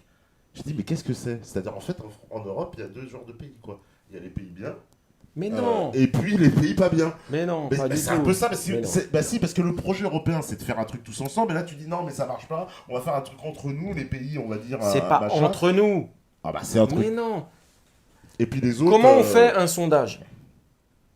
Est-ce qu'on fait un sondage avec l'ensemble de la population? Non. Donc, je me suis peut-être mal exprimé. Ce que je veux dire, c'est qu'il faut prendre les pays les plus aptes, mais représentatifs de l'ensemble, donc sans laisser de côté ceux qui seraient peut-être les plus pauvres, il faut en prendre aussi parmi eux. Et ce groupe-là doit être un petit peu comme le sondage du projet européen transnational, c'est-à-dire qu'il faut faire des diagonales et essayer d'harmoniser nos règles institutionnelles nationales. Et c'est sur cette base-là, après, qu'au niveau institutionnel, ça va mieux fonctionner à l'étage supérieur et qu'on pourra envisager soit une fédération, soit une confédération. Oh là là, Oui, mais non, mais c'est une horreur. bah, c'est pas une horreur. C'est une horreur. Alors, si ça c'est un cauchemar, est-ce que l'hypothèse alternative qui serait de se rétablir dans des logiques purement nationales va nous donner la force de résister en face des puissances qui émergent très très rapidement? Ça, c'est un Bah non, mythe, mais cette la question se histoire-là. pose. Mais Des c'est forces un démographiques, mythe. Mais c'est pas un mythe. mythe. Mais c'est un mythe. L'histoire que l'Europe protège contre les puissances, on en a encore eu la preuve, on a la preuve tout le temps, c'est fou. L'Europe, elle est ouverte aux 80. L'Europe, elle est complètement soumise justement à la loi du marché, etc. L'Europe ne protège de rien. Le seul moyen de se protéger, c'est justement de revenir à des frontières nationales. Ce serait ça le moyen de se protéger. Parce que là, qu'est-ce qu'on peut se protéger? L'Europe ne protège rien. Clairement, elle est ouverte aux 80, elle est ouverte... Le problème, c'est que le projet européen, il est parti d'en haut pour venir vers nous. Il faut faire l'inverse. C'est pour ça que je te dis, le défi le plus difficile et le plus ambitieux, ce serait d'essayer d'harmoniser nos institutions nationales. Puisque nous, en France, nous voulons changer nos institutions. Ouais, mais je trouve ça prétentieux. Mais c'est pas prétentieux. Bah Pourquoi? si, parce Pourquoi que tu vas changer l'institution des Pourquoi Polonais, mais Alors, ils ont peut-être pas envie. Eh ben, si cette volonté n'existe pas, alors je dis, à quoi correspond la volonté d'enfiler un gilet jaune partout? Parce qu'on nous l'a bien montré. Pour la France. Ah non, pas pour la France. Les Belges ont enfilé le gilet jaune. Même en Israël, ils ont enfilé le gilet jaune. Ouais. Bah, non, mais oui, si. c'est vrai, c'est contagieux. oui. Bah, ils prennent Alors, l'exemple sur ce qui se passe en France, parce qu'il y a des problèmes chez eux. Donc, il y a bien une volonté de lutter contre quoi? Contre la corruption qui existe au niveau national et international. D'accord. Les gilets jaunes, à mon avis, dans ma grande paranoïa, sont le symptôme de cette volonté. Et c'est cette volonté-là qui est fondamentale. C'est que nous voulons des institutions qui vont nous protéger dans nos environnements respectifs. Ouais. D'une dérive du pouvoir. Parce que la corruption, qu'est-ce que c'est? Sinon l'exercice d'un pouvoir public pour servir des intérêts privés au lieu de servir l'intérêt commun. Voilà ce que c'est la corruption. Et je pense que ce soit les Marocains, les Israéliens, les Turcs, les Français, les Allemands, les Belges, peu importe, les Espagnols, tous les gens qui se donnent la peine de réfléchir et qui ont eu la malchance d'être confrontés à des phénomènes de corruption ont envie d'avoir des États qui les protègent de ça, parce qu'il n'y a rien de pire. C'est la pire des injustices que de voir le pouvoir qui est normalement censé te protéger et te donner le minimum pour que tu puisses exister, vivre et pourquoi pas être heureux, exercer sa force contre toi alors que tu es normalement l'une des personnes qui doit bénéficier de cette force. Je suis bien d'accord, c'est pour ça que je dis, balayons déjà devant notre porte, allons d'aller s'occuper de la porte des autres peuples, qu'on sera incapable. Par exemple, regarde en France, il y a justement la répression qu'il y a contre les Gilets jaunes, le nombre de blessés qu'on a vu. Bon, alors on va revenir. Voilà. Sur l'Europe. Non, mais c'est un rapport, Alors, parce que je te laisse si parler. c'était pas en Europe, Vas-y. justement, et si on n'était pas en France, moi je pense que tu montrerais les mêmes images en nous expliquant que c'est la Russie de Poutine, où les gens ils ont des mains arrachées, des yeux crevés quand ils manifestent. Ça ferait longtemps qu'on aurait vu l'ONU, toute la fameuse prétendue communauté internationale s'acharner, nous dire qu'il faut destituer Poutine. Et c'est on un va où horrible avec personnage. ça? On va où avec ça? Macron, lui, il n'y a rien. Hein? Macron, il n'y a rien parce qu'on est prétendument en Europe. Alors inversement, s'il y avait des gens en gilet jaune dans la Russie de Poutine, qu'est-ce qui se passerait? Bah, j'en sais rien. Ah, je suis pas Poutine. Non, parce que là, tu es en train de me dire, oui, s'il y avait des mains arrachées dans la Russie de Poutine, oui. Tout le monde hurlerait. Ah bah tout ça, le j'en suis monde, certain. Ah oui, ça serait oui. l'esclandre. Ah oui, Voilà. je le pense. Alors Ah, moi, je je pense. pose la question Moi, je le pense, inverse. oui. Si un gars comme moi, parce qu'en France, quand même, la liberté d'expression, moi, je l'exerce. Quand même, je mâche pas mes mots des fois. Bon, si un gars comme moi était dans la Russie de Poutine, moi, je te dis qu'aujourd'hui, je serais en prison. Voilà. Peut-être. Ah oui. Mais pour autant, Alors, faut pas essayer. je trouve qu'il y a une tolérance, si tu veux, vis-à-vis de la répression du régime, qui, lorsqu'elle vient en fait de pays tiers, elle n'est pas acceptée. Et là, le fait que ce soit en France, bon, ça passe normal, mais Ouais. je peux assurer Bon. que ce serait l'Iran qui réprimerait pendant 2 mois des manifestations. On apprendrait que les gens ont des yeux crevés, des mains arrachées, etc. Que tous les samedis, il y a des violences et toutes les images de violence qu'on voit, ça ne serait pas accepté. Ils auraient toute la communauté sur le dos. Mais nous ne sommes pas en désaccord. Nous ne sommes pas en désaccord. Bon, simplement, quel est l'enjeu de cette remarque? Oui. Quel est l'enjeu? Pour expliquer par rapport en fait ce qu'on disait sur l'Europe et que l'Europe pour moi ne protège pas. Il n'y a aucune Bon, protection. et bien justement, il faut faire en sorte qu'elle nous protège. Nom de Dieu, la corruption de l'Europe, c'est quoi? C'est l'Europe des lobbies. Quand j'ai commencé mes études de droit, les enseignants se plaignaient parce que, bon, il y a un déficit de démocratie en Europe, et c'est toujours le cas. Et puis ils se plaignaient parce qu'il y avait un manque comment dirais-je, de relais du pouvoir européen pour favoriser nos entreprises. Donc à l'époque, ils se sont inspirés de ce qui se passe aux États-Unis, à savoir le phénomène des lobbies, qui sont des groupes privés de pression sur le pouvoir pour obtenir certains avantages, entre guillemets en tout cas, des règles qui vont les favoriser, eux, plus que d'autres. En réalité, c'était une très mauvaise idée. Parce que nous pourrions facilement substituer au terme lobby le terme mafia. Je pense que c'était une très mauvaise idée. Donc ça, effectivement, c'est source de corruption, parce qu'il y a une concurrence entre des pouvoirs privés pour influencer un pouvoir public. C'est une logique très malsaine. Mais, encore une fois, on retombe sur la problématique de la corruption. Et si tant est qu'il y ait de la corruption, eh bien, c'est bien à travers, comme le dit Jean-Louis Debré, la manière dont les institutions sont pratiquées que la dérive de la corruption va s'inviter. Quelles que soient les institutions, elle va s'inviter. Et donc, c'est cette mauvaise logique personnelle qu'il faut chasser du pouvoir. Et pour ce faire, il faut la volonté de le faire, première chose. Et puis, éventuellement, modifier les institutions pour se donner plus de moyens de le faire. Voilà. Mais ça ne veut pas dire que si tu as un caillou dans ta chaussure qui s'appelle la corruption, il faut jeter la chaussure. Il faut retirer le caillou de la chaussure. La chaussure n'est pas forcément mauvaise. Après, tu peux te poser la question de savoir pourquoi un caillou est rentré dans la chaussure. Peut-être que les lacets ne sont pas assez serrés. Peut-être que la chaussure est trop aérée. Donc tu modifies la chaussure. Mais il faut bien cibler le problème. De toute façon, quelle que soit la réforme institutionnelle que nous aurons au niveau français, au niveau national et ou bien au niveau européen, eh bien, le problème restera le même, c'est qu'il y a des gens qui essayent de tricher avec les règles. Voilà. Et pourquoi? Parce qu'aujourd'hui, il y a une pénurie de richesses. Et il y en aura de plus en plus avec le réchauffement climatique, si le phénomène se confirme, ou bien appelons ça le dérèglement climatique, parce que le réchauffement peut devenir refroidissement, donc je préfère parler de dérèglement climatique. Et bien avec ce phénomène qui est un cas de force majeure et qui dépasse notre maîtrise des choses, nous serons confrontés à des logiques qui vont nous obliger à faire des concessions. Donc il faut anticiper. Encore une fois, gouverner, c'est prévoir. Alors nous, Gilets jaunes, nous avons une chance aujourd'hui, c'est que peu importe qui a voulu ça, j'ai pas envie de me poser cette question-là parce qu'elle va me faire perdre du temps. Aujourd'hui, le ballon est au milieu du terrain.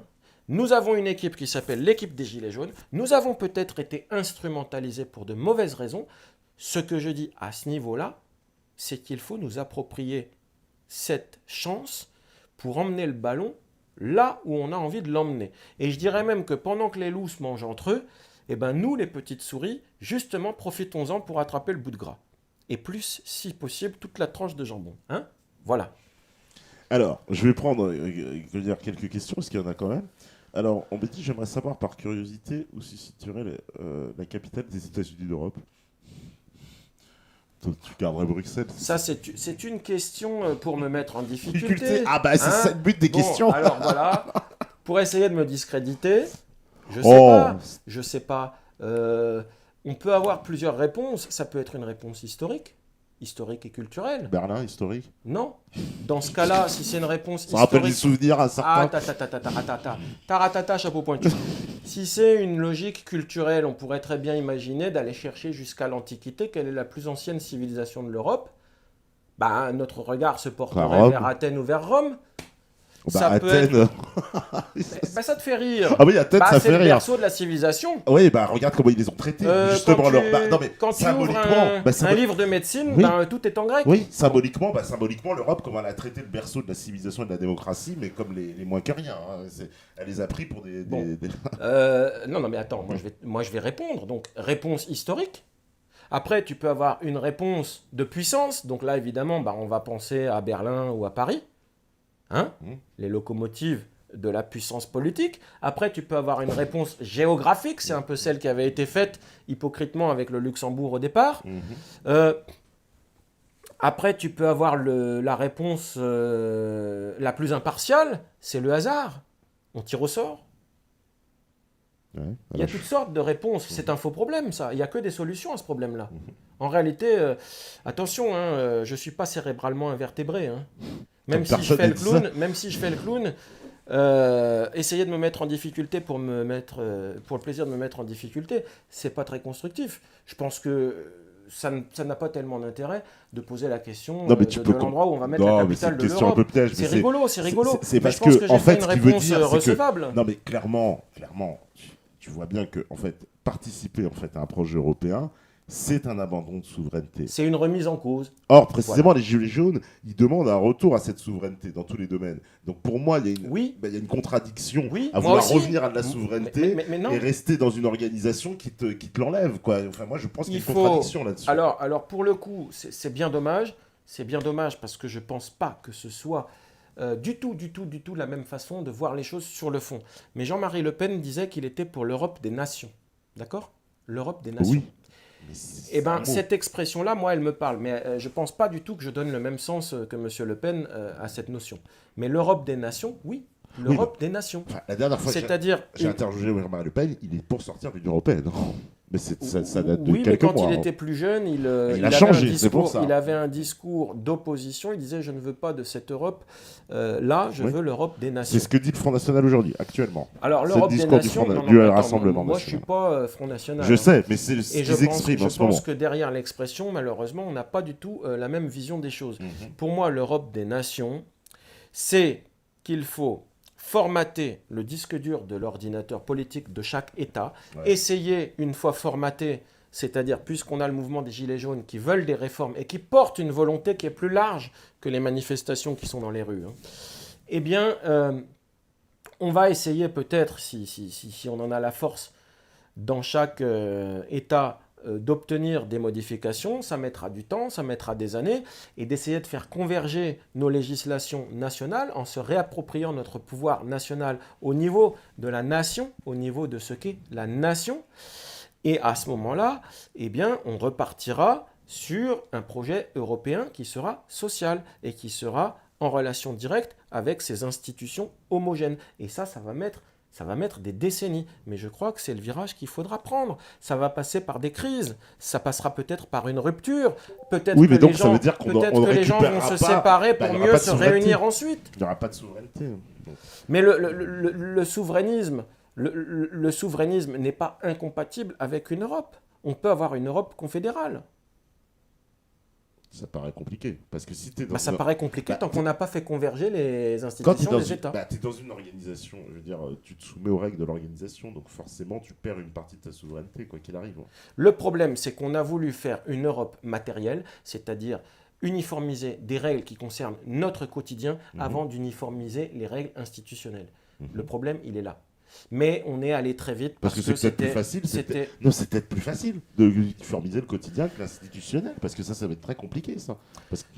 Ça va être très compliqué, mais c'est le péril qui fait la nécessité. Quand nous serons obligés de nous organiser parce qu'il y a un dérèglement climatique qui se confirme et qui devient incontestable, eh bien voilà. Hein. Aujourd'hui, certaines personnes n'ont pas envie de partager, et puis demain, elles partageront parce qu'elles comprendront que leur intérêt, c'est de partager. Et oui. Et ça, malheureusement, j'espère que ça n'arrivera pas, parce que ce serait un grand malheur pour toute l'humanité, mais je crois malheureusement que nous sommes de plus en plus partis vers ce défi-là. Et ce qui est dommage, c'est que ça n'a pas été un vrai sujet politique de préoccupation prioritaire assez vite. Pourtant, parce que c'est même dans les aujourd'hui, revendications, la transition écologique, oui, c'est un mot qu'on voilà, entend souvent. Quoi. Ça ressemble plus à un alibi pour nous imposer des règles de mauvaise foi qu'un réel projet pour sauver l'humanité. Hein. Ça, là-dessus, je suis tout à fait d'accord avec les Gilets jaunes. On nous prend pour des crétins. Seule, elle ne pourra pas sauver l'humanité. Quoi. Personne ne pourra le faire tout seul. Donc, en fin de compte... Non. Non, mais c'est. Tu vois bien. Donc on est bien obligé d'essayer de fédérer collectivement. Donc oui, mais et ça pourquoi, veut dire pourquoi pas fédérer, la France dans ce cas, la France, elle devrait juste montrer l'exemple, mais pour ça être souveraine. C'est pour ça que pour moi, l'écologie, elle ne peut être que souverainiste. C'est-à-dire, une fois que tu prends tes règles écologiques, peut-être d'autres pays suivront, etc. Mais tu ne pourras pas imposer tes règles à tout le monde en même temps. C'est pas possible. Ça, c'est ce qu'on nous fait croire, les accords de Paris, tout ça. J'ai pas parlé d'imposer les règles. C'est obligé. Nous faisons une longue aparté sur la vision à long terme de l'Europe, parce que de toute façon, quand je prends la parole sur ce sujet-là, moi, j'imagine les choses avec une perspective de 50 ans. Hein. Je ne les imagine pas sur les 5 prochaines années. Mais après, je vois bien qu'il y a une crise européenne, et cette crise-là, elle risque effectivement, à un moment donné, d'aboutir à une rupture qui sera définitive ou provisoire. Moi, je pense qu'elle sera provisoire. Je pense que de toute façon... on refera l'Europe, quoi. On la détruira, puis on la refera. Depuis l'Antiquité, par les guerres, chacun a essayé de faire une Europe. Bon, oui. Pardon, je ne suis pas oui, forcément d'accord avec ça. La première et la Seconde Guerre mondiale, comme dit Eric Zemmour, eh bien, la Première et la Seconde Guerre mondiale, ce sont des guerres qui ont eu lieu pour savoir qui allait dominer l'Europe, et personne n'a réussi à dominer. Voilà, donc la seule solution, puisque personne depuis 2000 ans ne parvient à dominer en Europe, eh bien, c'est de faire une Europe. Il n'y a jamais eu d'unification depuis 2000 ans de l'Europe. Là, il y en a une. C'est la première fois, justement, dans l'histoire de l'Europe qu'on tente par la force de les unir. Il y a une barrière culturelle qui est la langue. Oui. Voilà. Et les coutumes aussi, il y a quand même des différences. Donc, c'est pour ça qu'il n'y a qu'une seule façon de faire l'Europe, c'est de partir de ce qui existe au niveau national, parce qu'il y a une très grande richesse culturelle. Et c'est cette richesse culturelle qui doit être prise en compte à chaque fois pour ensuite bâtir le collectif. Mais tu ne peux pas imposer un collectif pyramidal qui vient d'en haut au niveau européen. Ça, c'est une erreur de méthode. Voilà. Alors, il y a pas mal de questions. Je ne vais pas pouvoir tout prendre parce que l'heure joue en CV. Alors, on me dit, par exemple, au sujet de l'Union européenne et de la corruption, dans la métaphore de la chaussure et du caillou, que signifie pour vous enlever la chaussure? Qui est la première étape pour enlever le caillou? Ah, pas forcément. On peut retirer le caillou sans se déchausser. Sans enlever la chaussure. C'est déjà difficile. Fait. Bon, non mais là, je me moque. Il a repris ta métaphore, tu vois. J'esquive la difficulté. Alors, je vais assumer la difficulté. Imaginons effectivement, dans certains cas, qu'on ne puisse pas faire autrement que de retirer la chaussure pour retirer le caillou. Ce qui peut arriver aussi, je le reconnais. Et bien, dans ce cas-là, effectivement, on peut avoir une hypothèse de rupture au niveau européen, mais je fais le pari. Je vous fais le pari que très rapidement, les gens se rendront compte que c'est pas forcément mieux et qu'ils reviendront à un projet européen. Peut-être qu'il va falloir en passer par là. Mais après, partant de ce postulat, je dis, dispensons-nous de cette étape-là et prenons la décision de retirer la chaussure et de la remettre aussitôt. On peut retirer la chaussure et la remettre aussitôt. Tu fais du Dupont-Aignan. Mais non, je ne fais pas Dupont-Aignan, parce que la différence entre Dupont-Aignan et moi, c'est que Dupont-Aignan, il a été faire un stage aux États-Unis et qu'il a été programmé avec des choses précises. Moi, je n'ai pas été faire ce stage-là. La vision de l'Europe, c'est un peu la même. C'est dire, mais bon, je ne suis l'agent de personne. Je n'ai pas dit que tu étais l'agent, je dis qu'il a la même vision. Parce que voilà, le problème de ces gens-là, tu regardes, ils ont tous été, je ne sais plus comment ça s'appelle. La French American Foundation. Bon, donc il n'y a pas de mystère, vous voyez, ça c'est pareil, il y a des gens dans le métier que j'exerce, c'est marrant, ils sont tous avec l'équerre et le compas. Oui, voilà. on pose la question, ça tombe bien que tu répondes. Vous voyez, la question, la réponse, elle est là, voilà. Vous la voyez, elle est dans mon dos. Alors, c'est quoi? J'arrive pas à lire.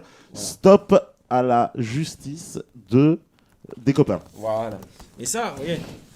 Alors, ça s'est débranché. Ah, attends 2 secondes. Stop à la justice des copains. Hein, bon. Voilà. Ça veut dire quoi ça, stop à la justice des copains? J'ai repris l'expression de David Koubi, je prends pas de risque. Hein. Il parlait de la justice des copains pour dire qu'effectivement, au sein de la justice, il y a des gens qui savent ce qu'ils ont à faire. Et si vous avez... Tu voudrais dire que les francs-maçons ont une influence sur la justice? Comment ça, les francs-maçons? Je sais pas, ça me fait penser à des signes maçonniques. Ah, Désolé, c'est bon. peut-être mon côté... Donc voilà, quand je vois des écarts et des compas... Ah ouais, je sais pas, je vois des écarts et des compas partout. Ouais, mais attends, je reprends la faute. Ouais. Elle est là. L'injustice nous tue. Bon. Oui, alors David Koubi parle de la justice des copains, et je trouve que c'est une très bonne expression.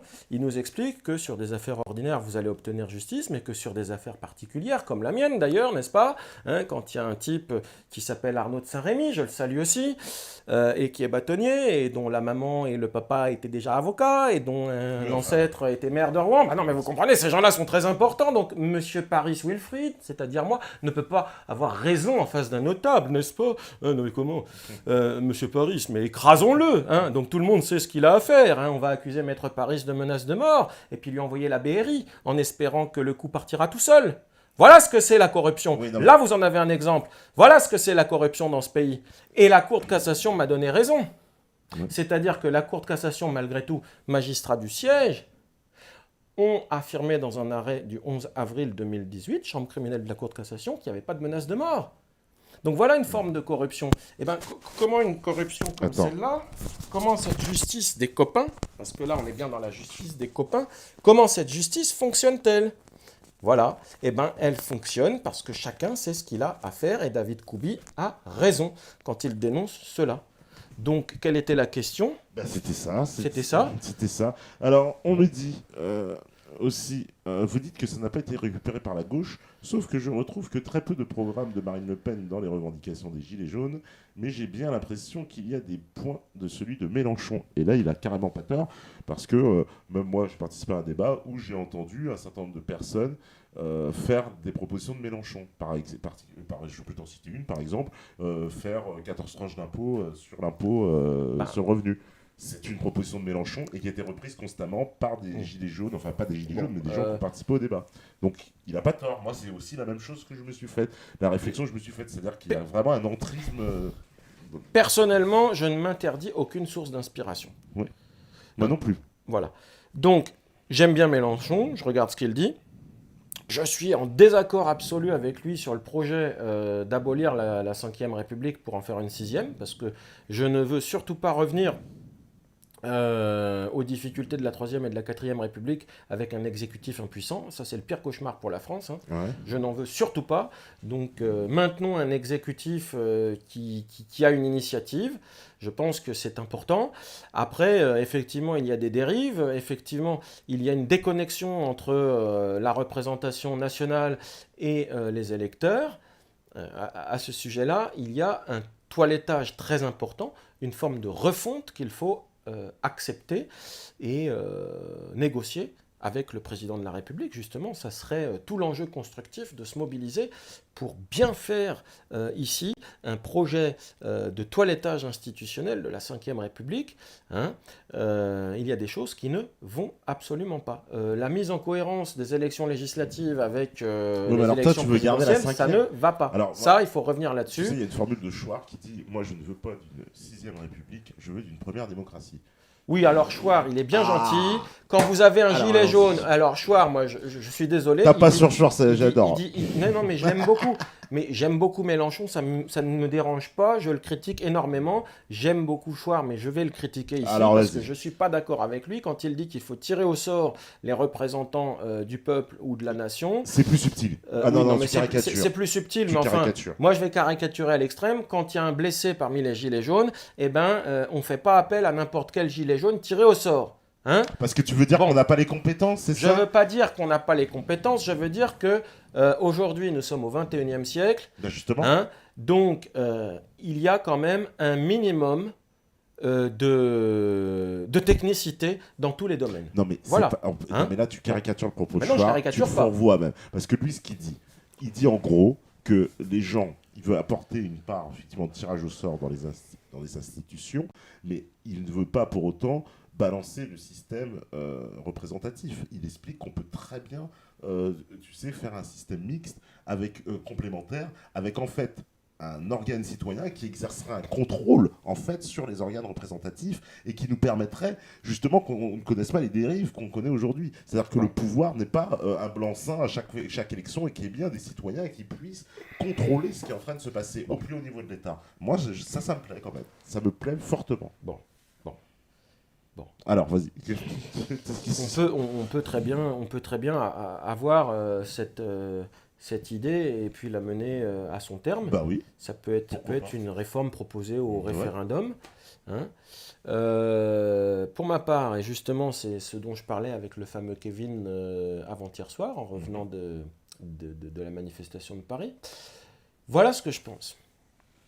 J'ai entendu Cohn-Bendit aujourd'hui nous dire qu'il faudrait de la proportionnelle comme en Allemagne, en favorisant les partis qui font au moins 5% au niveau national. Bon. J'ai un peu cette idée-là, mais ce n'est pas exactement la même. Je vais vous dire le problème où il est.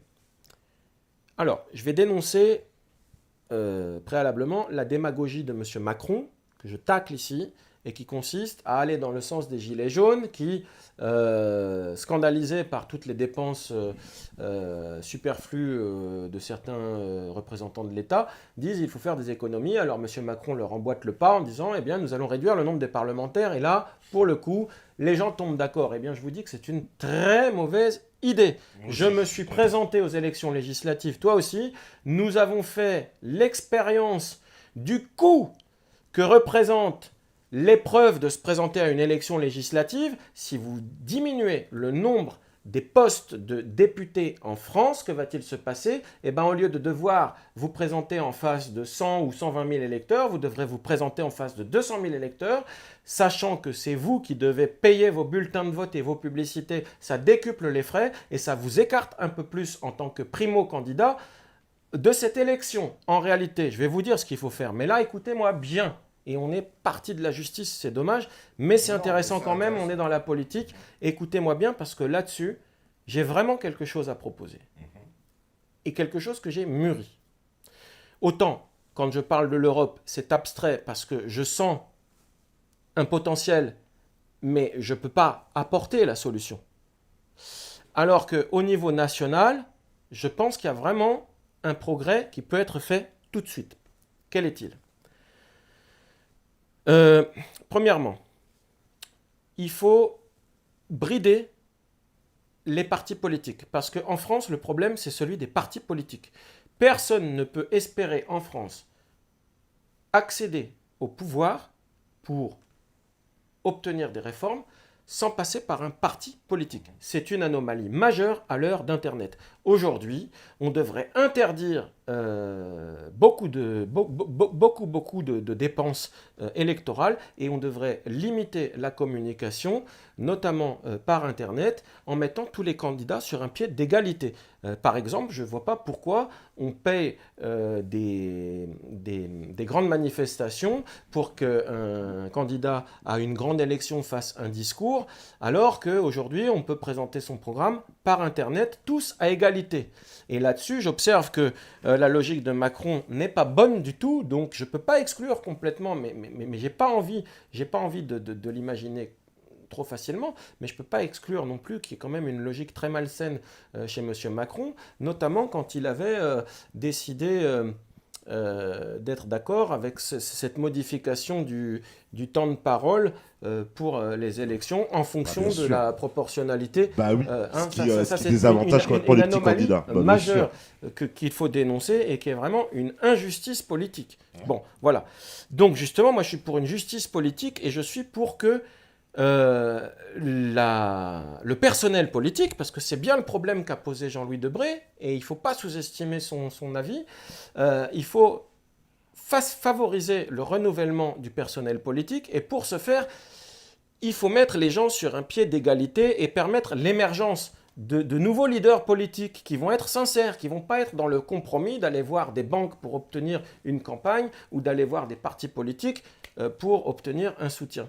il faut permettre le césarisme. Je sais que ça leur fait peur, mais il faut permettre à des gens qui arrivent avec des idées neuves de fédérer autour d'eux petit à petit et très rapidement. Voilà, parce que le problème, c'est que ça ne va pas assez vite. Et ça ne va pas assez vite parce qu'on est étouffé par le phénomène des partis. Donc pour permettre ça, la première étape, c'est encore une fois, que ce soit au niveau des élections législatives ou présidentielles, d'essayer de mettre vraiment sur un pied d'égalité les candidats. Premier point, donc limiter au maximum le budget de campagne pour ne parler que du fond. Quel est votre programme ?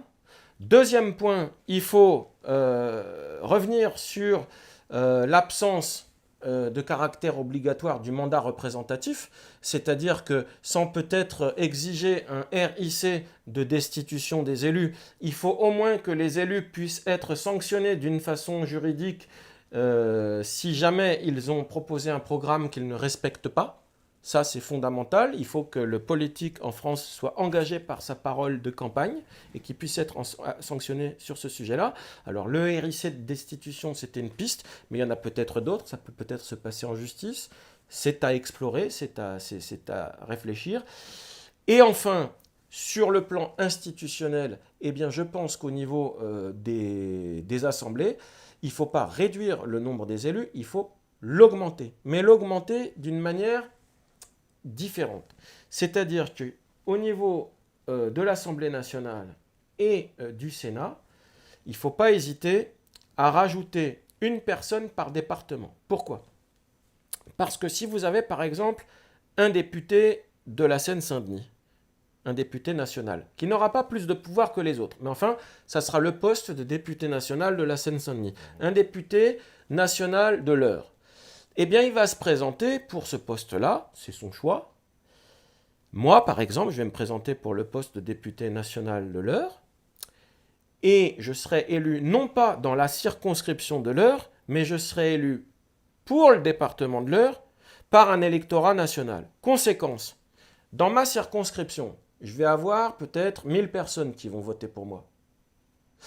Dans le département de Seine-Saint-Denis, parce que les gens me connaissent au niveau national, je vais avoir également 1000 personnes. Et dans tous les départements de France, je vais avoir 1000 personnes qui vont dire « Oui, lui, il se présente dans l'Eure, on l'aime bien, on le veut comme député, il va être député national. » Donc je n'ai de national que mon électorat, mais je vais exercer au niveau du département de l'Eure. Alors ça veut dire que le mec Pourquoi ? de Seine-Saint-Denis, il va voter pour Oui, toi, absolument. mais pas pour son député alors. Si, inversement. C'est-à-dire qu'il y aura des députés qui seront élus par toute la nation, mais pour chaque département. Et pourquoi ? C'est très simple. C'est parce que tu peux avoir quelqu'un qui fédère 3% de l'électorat national, mais qui parviendra jamais à fédérer 50% de l'électorat local. Et ça, c'est une anomalie majeure. C'est une autre façon de voir la proportionnelle. Moi, je veux voir ça comme ça parce que ça nous permet d'éviter le phénomène de partis politiques. Le problème de la corruption aujourd'hui, c'est le problème des partis politiques. Pour s'écarter de ce problème-là, c'est-à-dire je ne veux plus de la matrice des partis pour nous apporter le nouveau personnel politique. Ce que je veux, c'est que puisse émerger demain, par exemple, monsieur Jérôme Rodriguez, demain il se présente comme député. S'il se présente dans sa circonscription pour être député, eh ben, il va obtenir, mettons, 10 000 voix, donc il ne sera pas élu. En revanche, s'il se présente pour être député national de son département, l'ensemble des Français vont se prononcer sur son cas, et dans chaque département, 10 000 personnes vont voter pour lui. Résultat des courses, il aura 1 million d'électeurs. Voilà. Ouais, ça paraît un peu compliqué quand même. C'est pas compliqué, je me répète. Tu as la carte de la France. Normalement, dans chaque département, tu as des circonscriptions. Chaque député se présente pour une circonscription. Chaque circonscription, c'est à peu près 100-150 000 électeurs. Non mais quel intérêt pour moi, Seine-Saint-Denis, de voter pour quelqu'un dans l'Eure ? Mais l'intérêt, c'est que c'est un député national. C'est-à-dire, c'est un député qui a besoin de mobiliser l'ensemble de la nation pour dégager un électorat qui lui donne la souveraineté d'aller à l'Assemblée nationale. Au niveau départemental, tu n'arrives pas à avoir la majorité à 50%, alors qu'au niveau national, il y a 1 million de gens qui voudraient que tu aies un poste de député. Ouais. Et c'est pour surmonter cette difficulté-là. Je ne voulais pas le nommer, mais je vais le nommer, et je ne fais pas ça pour lui, mais c'est l'exemple le plus criant. Dans ce cas... Tu prends Dieudonné. Oui. Tu prends Dieudonné. Il fait 3% dans le département où il se présente contre Manuel Valls. Mais dans le système que je propose, s'il se présentait au niveau national, il aurait peut-être 500 000 personnes qui voteraient pour lui. Alors ça, c'est un exemple qui va déplaire à certains, mais c'est l'exemple le plus illustratif de ce que je dis là. Dans ce cas, il faut changer Voilà. tout le mode de scrutin, c'est-à-dire on fait des députés nationaux et puis Non. par département, puis Mais c'est non, tout. non. Ce Bah, que je dis, c'est que tu as toute la France, on maintient le mode de scrutin actuel avec des députés, qui sont des députés locaux, mais tu rajoutes une centaine de députés, au lieu d'en supprimer une centaine, moi je dis on en rajoute une centaine, mais ces députés-là, au lieu d'être élus au niveau local, ils seront élus comme députés départementaux par un électorat national. Ils n'auront pas de pouvoir hiérarchique, c'est juste une autre voie. C'est-à-dire, dans la magistrature, tu peux recruter par concours ou bien au niveau du profil de carrière sur dossier. Bah là, c'est un petit peu ça. Et pour autant, chaque magistrat va avoir le même pouvoir. Une fois qu'il est magistrat, point final. Mais c'est parce que j'ai identifié ce problème qui est qu'en France, tu ne peux pas être député si tu n'es pas millionnaire, ou bien si tu n'es pas dans un parti politique, ou bien si tu n'es pas dans une certaine forme de compromission. Et c'est tout le problème. Alors qu'on est dans une situation où les gilets jaunes veulent justement des gens qui les représentent et qui viennent d'eux-mêmes. Voilà. Oui. Donc on arrive à la fin de l'émission. Alors la fin de l'émission, on ne peut pas la terminer sans parler de la justice. On en a beaucoup parlé, mais on n'en a pas parlé. Pas assez. Alors, la justice, quels sont les problèmes de la justice? Alors, vite fait. On y va, très vite, 5 points.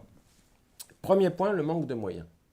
Si aujourd'hui, il faut faire des réformes dans la justice, en parlant vraiment de la justice par rapport au groupe de travail que sont les Gilets jaunes, le premier problème, c'est le problème du manque de moyens. Ce manque de moyens, il a pour conséquence une justice trop lente, et j'en passe. Okay. Une justice vulnérable. Le deuxième problème, c'est le syndicalisme. C'est l'éventuelle infiltration dans la magistrature par des logiques qui ne sont pas des logiques d'intérêt commun, d'intérêt du justiciable. Ça ne devrait pas exister. Donc le syndicalisme, et je n'ose même pas parler du reste, n'est-ce pas? Ça, il faut y mettre un terme. La justice, à la limite, ça devrait être rendu par des magistrats du siège qui sont tirés au sort sur chaque affaire.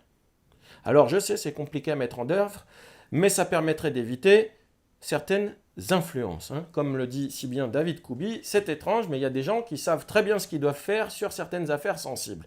On n'en veut plus de cela.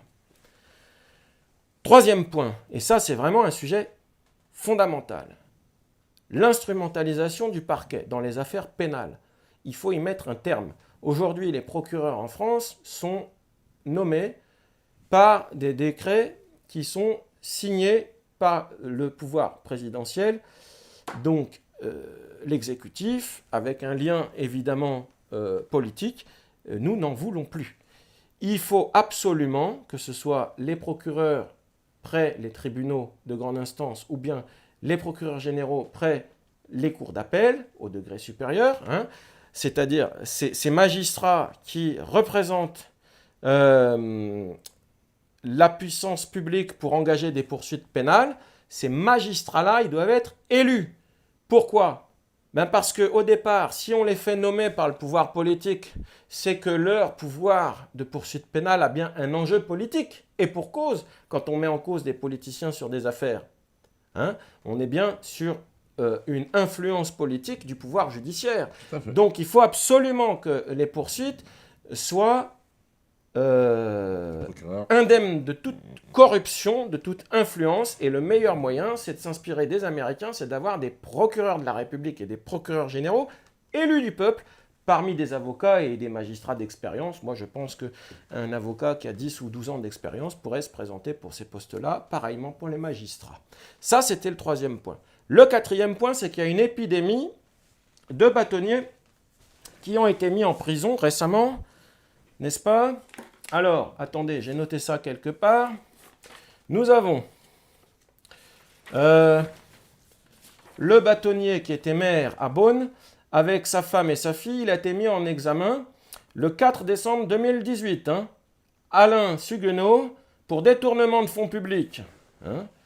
par dépositaire de l'autorité publique, recel habituel de détournement et blanchiment. C'est pas mal pour un bâtonnier, hein, sachant que le bâtonnier de Rouen me persécute et que ces gens-là vous disent « Ah mais nous sommes bâtonniers, donc forcément nous sommes des gens formidables, au-delà de tout soupçon. » Vous comprenez que j'ai une dent contre ces gens-là, d'autant plus que mon pauvre confrère Joseph Sipiliti s'est donné la mort après, pour d'obscures raisons, avoir essayé de tuer un bâtonnier. Donc première affaire à Beaune, le bâtonnier Alain Suguenot, mis en examen pour de graves affaires le 4 décembre 2018. Dans le même temps, le 19 décembre 2018, bâtonnier de Béziers, Jean-Christophe Guigues. Alors, lui et son épouse ont été mis en prison, hein, pour escroquerie, faux et usage de faux, abus de confiance, extorsion, exercice illégal de la profession de banquier. C'est pas beau ça ? Hein? Et plusieurs centaines de milliers d'euros qu'on a retrouvés à leur domicile. Et l'ex-bâtonnier de Saint-Nazaire, le 13 décembre 2018, qui a été condamné pour 350 000 euros de détournement de fonds, hein, dans le compte Carpa des avocats. Hein, c'est un scandale. Voilà ce que c'est la profession d'avocat. Alors parlez-moi de la corruption dans la profession d'avocat. C'est là qu'il faut faire le ménage. Et d'ailleurs, j'avais noté qu'un ancien bâtonnier de Rouen, qui sent le vent venir, hein, parce qu'en France, s'il y a quelqu'un qui veut réformer la profession d'avocat, c'est bien moi, vous l'avez devant vous. Eh bien, vous avez le bâtonnier Mahut, là, hein, dans un article qui a été reproduit le 26 septembre 2017 dans la Gazette du Palais, et puis qui commençait à s'inquiéter. Un scandale du barreau de Paris, le Conseil national des barreaux et la conférence des bâtonniers s'inquiètent. Ouais, inquiétez-vous les gars, hein, parce que moi j'ai des enregistrements, hein, et la Cour d'appel de Paris en est saisie. Hein. On voit comment sont vos pratiques. Hein. Les avocats qui font des procès, vous en voulez pas, hein, Madame Nathalie Barbier, ancienne bâtonnière de Seine-Saint-Denis. Hein. Vous voulez pas d'avocats qui font des procès. On va s'expliquer en justice bientôt. Bon, et bien ces gens-là, donc, hein, le bâtonnier Mahut, là, qui sait que Maître Paris, du barreau de Rouen, hein, comme lui, Maître Paris est en train de travailler sur un projet de plainte pénale contre tous ces gens-là. Hein. Eh bien, il nous dit... Hein, voilà, des gars, une crainte justement exprimée par le président de la conférence des bâtonniers, Yves Mahut, lors de l'Assemblée générale de l'institution représentative des barreaux de province le lendemain. Il ne nous appartient pas à nous, bâtonniers, de donner des leçons à qui que ce soit. En revanche, nous ne pouvons pas ignorer les dégâts absolument considérables qui résulteront de ces dissensions qui s'étalent publiquement. Mon Dieu, ils ont peur que ça s'étale, hein, dans la presse. Dégâts auprès des confrères qui peuvent voir là. Bah oui, moi, hein, confrères qui peuvent voir là. Alors, dégâts auprès des confrères qui peuvent voir là une occasion de remettre en cause l'ordre lui-même. Oh, je vais remettre en cause l'ordre lui-même. Ah bah oui, je vais m'en faire même un malin plaisir. Dégâts auprès du public qui peut se poser des questions sur les sommes considérables. Bah oui, on voit, hein. Soi-disant brassé par les ordres. Bah, attendez, le mec, il a détourné 350 000 euros quand même, donc apparemment, il y a de l'argent. Hein. Soi-disant brassé par les ordres, au point que nous serions assis sur un sac d'or. Et puis, ah là là, dégâts, ou plus exactement, répercussions sur le plan politique, car, et là, c'est très intéressant, car si j'étais moi, un homme politique voulant me passer des ordres, tiens, ils ont peur de qui, là? Ben, d'Emmanuel Macron. Si j'étais un homme politique, moi, sur le plan politique, car si j'étais moi un homme politique voulant me passer des ordres, je trouverais là un excellent argument de point. Puisque votre maison est une maison sale, je vais faire le ménage à votre place. Eh ben ouais, on va le faire le ménage. Croyez-moi, on va le faire. Et le dernier point sur lequel je voudrais insister, c'est qu'en matière de justice, il y a un autre problème. C'est l'accès à la justice et le résultat. Donc, quatrième point, l'accès à la justice. Il faut que l'article 700 soit réformé, parce qu'il n'est pas normal que des magistrats puissent arbitrairement décider que votre avocat ne sera pas payé ou sera payé par la partie adverse alors qu'elle a perdu. Donc, quand une convention d'honoraires a été signée, eh ben, si vous perdez le procès, vous devez être condamné à payer ce qui a été signé pour l'avocat de votre adversaire. Point final. C'est la sécurité juridique. Tu m'embêtes, je suis obligé de payer un avocat, j'ai signé pour payer cet avocat, je gagne contre toi, ben tu vas devoir payer la somme que j'ai payée. Hein. Puis c'est pas le magistrat qui va dire « Oh ben non, c'est un copain, donc de toute façon, votre avocat, c'est pour vous. » Non, ça c'est pas normal. Et si le texte était réformé dans le sens que je le suggère, ça permettrait d'avoir des contrats d'assurance qui prendraient à 100%, puisqu'il dirait « Bon, ben là, vous allez gagner votre procès, donc on vous avance les frais d'avocat. Hein. Et enfin, il faut, 5e point, une justice qui indemnise, hein, parce que c'est bien beau. Je voudrais savoir combien vont être indemnisés les gilets jaunes qui ont perdu un œil, là. Hein? Parce que personnellement, je pense qu'à moins d'1 million d'euros par personne, c'est une plaisanterie. Hein. On est d'accord? Qui serait d'accord dans le public pour aller à une manifestation paisiblement en étant une jeune femme adolescente et de revenir éborgnée? Et on va venir prétendre qu'il y avait une nécessité de cette utilisation d'une arme qui fait des borgnes. Et c'est dommage parce que j'avais emmené les arrêts du Conseil d'État que j'aurais voulu évoquer avec vous, mais on n'en a pas eu le temps, pas eu l'occasion. On a parlé d'un tas de choses intéressantes. Mais enfin, voilà, il faut une justice qui indemnise à l'américaine pour dissuader de commettre des préjudices vis-à-vis des personnes que l'on a en face de soi, que l'on soit policier ou voyou ou employeur, ou bien l'État, ou bien peu importe. Et donc, en ce qui concerne l'arrêt du Conseil d'État, les arrêts du Conseil d'État qui ont été rendus dans l'affaire des lanceurs de balles de défense le 1er février, j'aimerais quand même dire une chose, c'est que quand je vois que le Conseil d'État, en matière de référé sauvegarde des libertés fondamentales, a éprouvé le besoin de nous dire nous ne suspendrons pas l'usage des lanceurs de balles de défense parce que finalement, en d'autres termes, il n'y avait pas une intention des autorités concernées de ne pas respecter les conditions d'usage strictes mises à l'utilisation de ces armes. Je trouve quand même que là, on se moque du monde, hein, excusez-moi, mais venir nous dire qu'il n'y a pas d'intention criminelle, en d'autres termes, et que, en l'absence d'établissement de cette intention criminelle, on ne va pas suspendre l'arme, je trouve que là, quand même, on est au-delà de la loi. Voilà. Et j'en finis par là, c'est pas si mal, puisque vous voyez par cet exemple qu'une loi, si elle est mal appliquée par la justice, elle ne sert à rien. C'est-à-dire que là, on a une loi qui vous permet de faire une procédure en urgence, avec un résultat sous 48 heures pour rétablir une atteinte à un droit fondamental. Mais si la règle à laquelle il est porté atteinte est mal interprétée par le magistrat, cette règle-là ne sert à rien. Donc vous voyez bien que la justice, c'est vraiment un sujet fondamental. En matière fiscale, ce sera pareil.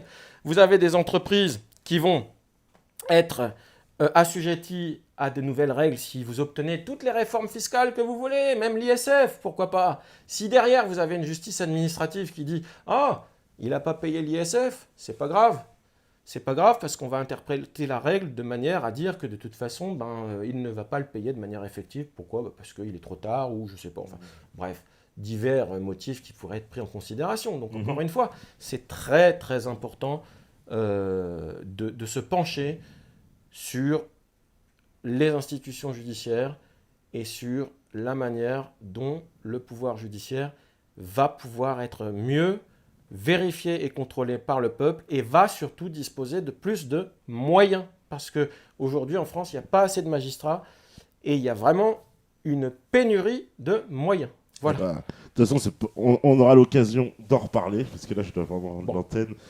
Merci beaucoup. C'était anarchique, c'était comme les gilets jaunes. C'est comme les gilets jaunes. Les gens, je pense, apprécieront. Je pense qu'ils ont apprécié. J'espère. Et qu'ils apprécieront à la vue de cette vidéo. Mais mobilisez-vous contre l'injustice qui nous tue. Hein, ça, c'est notre slogan. Hein, voilà. Voilà. En tout cas, suivez Maître Paris sur son blog, sur son Twitter. Et puis, les gilets jaunes, rendez-vous samedi pour ceux qui manifestent. Puis, souvent, on te reconnaît parce que tu as tout un tas de... Comment dire? Allez, d'œuvres d'art. Je vais appeler ça comme ça. La photo de la Statue de la Liberté est dans l'Express. Et dans l'Express, voilà, vous pourrez voir une photo de la Statue de la Liberté, la faux avec ton avocat aussi avec une faux, etc. Enfin, il y a tout un tas de slogans et de sculptures que tu as réalisées toi-même en plus, c'est ça? Ce sont des réalisations artisanales pour porter des messages importants. Et les gilets jaunes sont tous un peu des artistes. D'accord. Voilà. C'est le côté artiste des gilets jaunes. Bon, en tout cas, merci. Merci à vous qui le regardez. Merci à la régie. Merci évidemment à mes tipeurs qui me soutiennent. Merci à tous les soutiens, tous les gens que je rencontre à chaque fois que je fais des sorties sur le terrain et qui me donnent des encouragements. Ça fait très plaisir. Donc merci à vous. En tout cas, une seule chose, et vous le savez très bien, c'est que si vous écoutez ce message, c'est que vous êtes la résistance. Ciao, ciao, ciao tout le monde.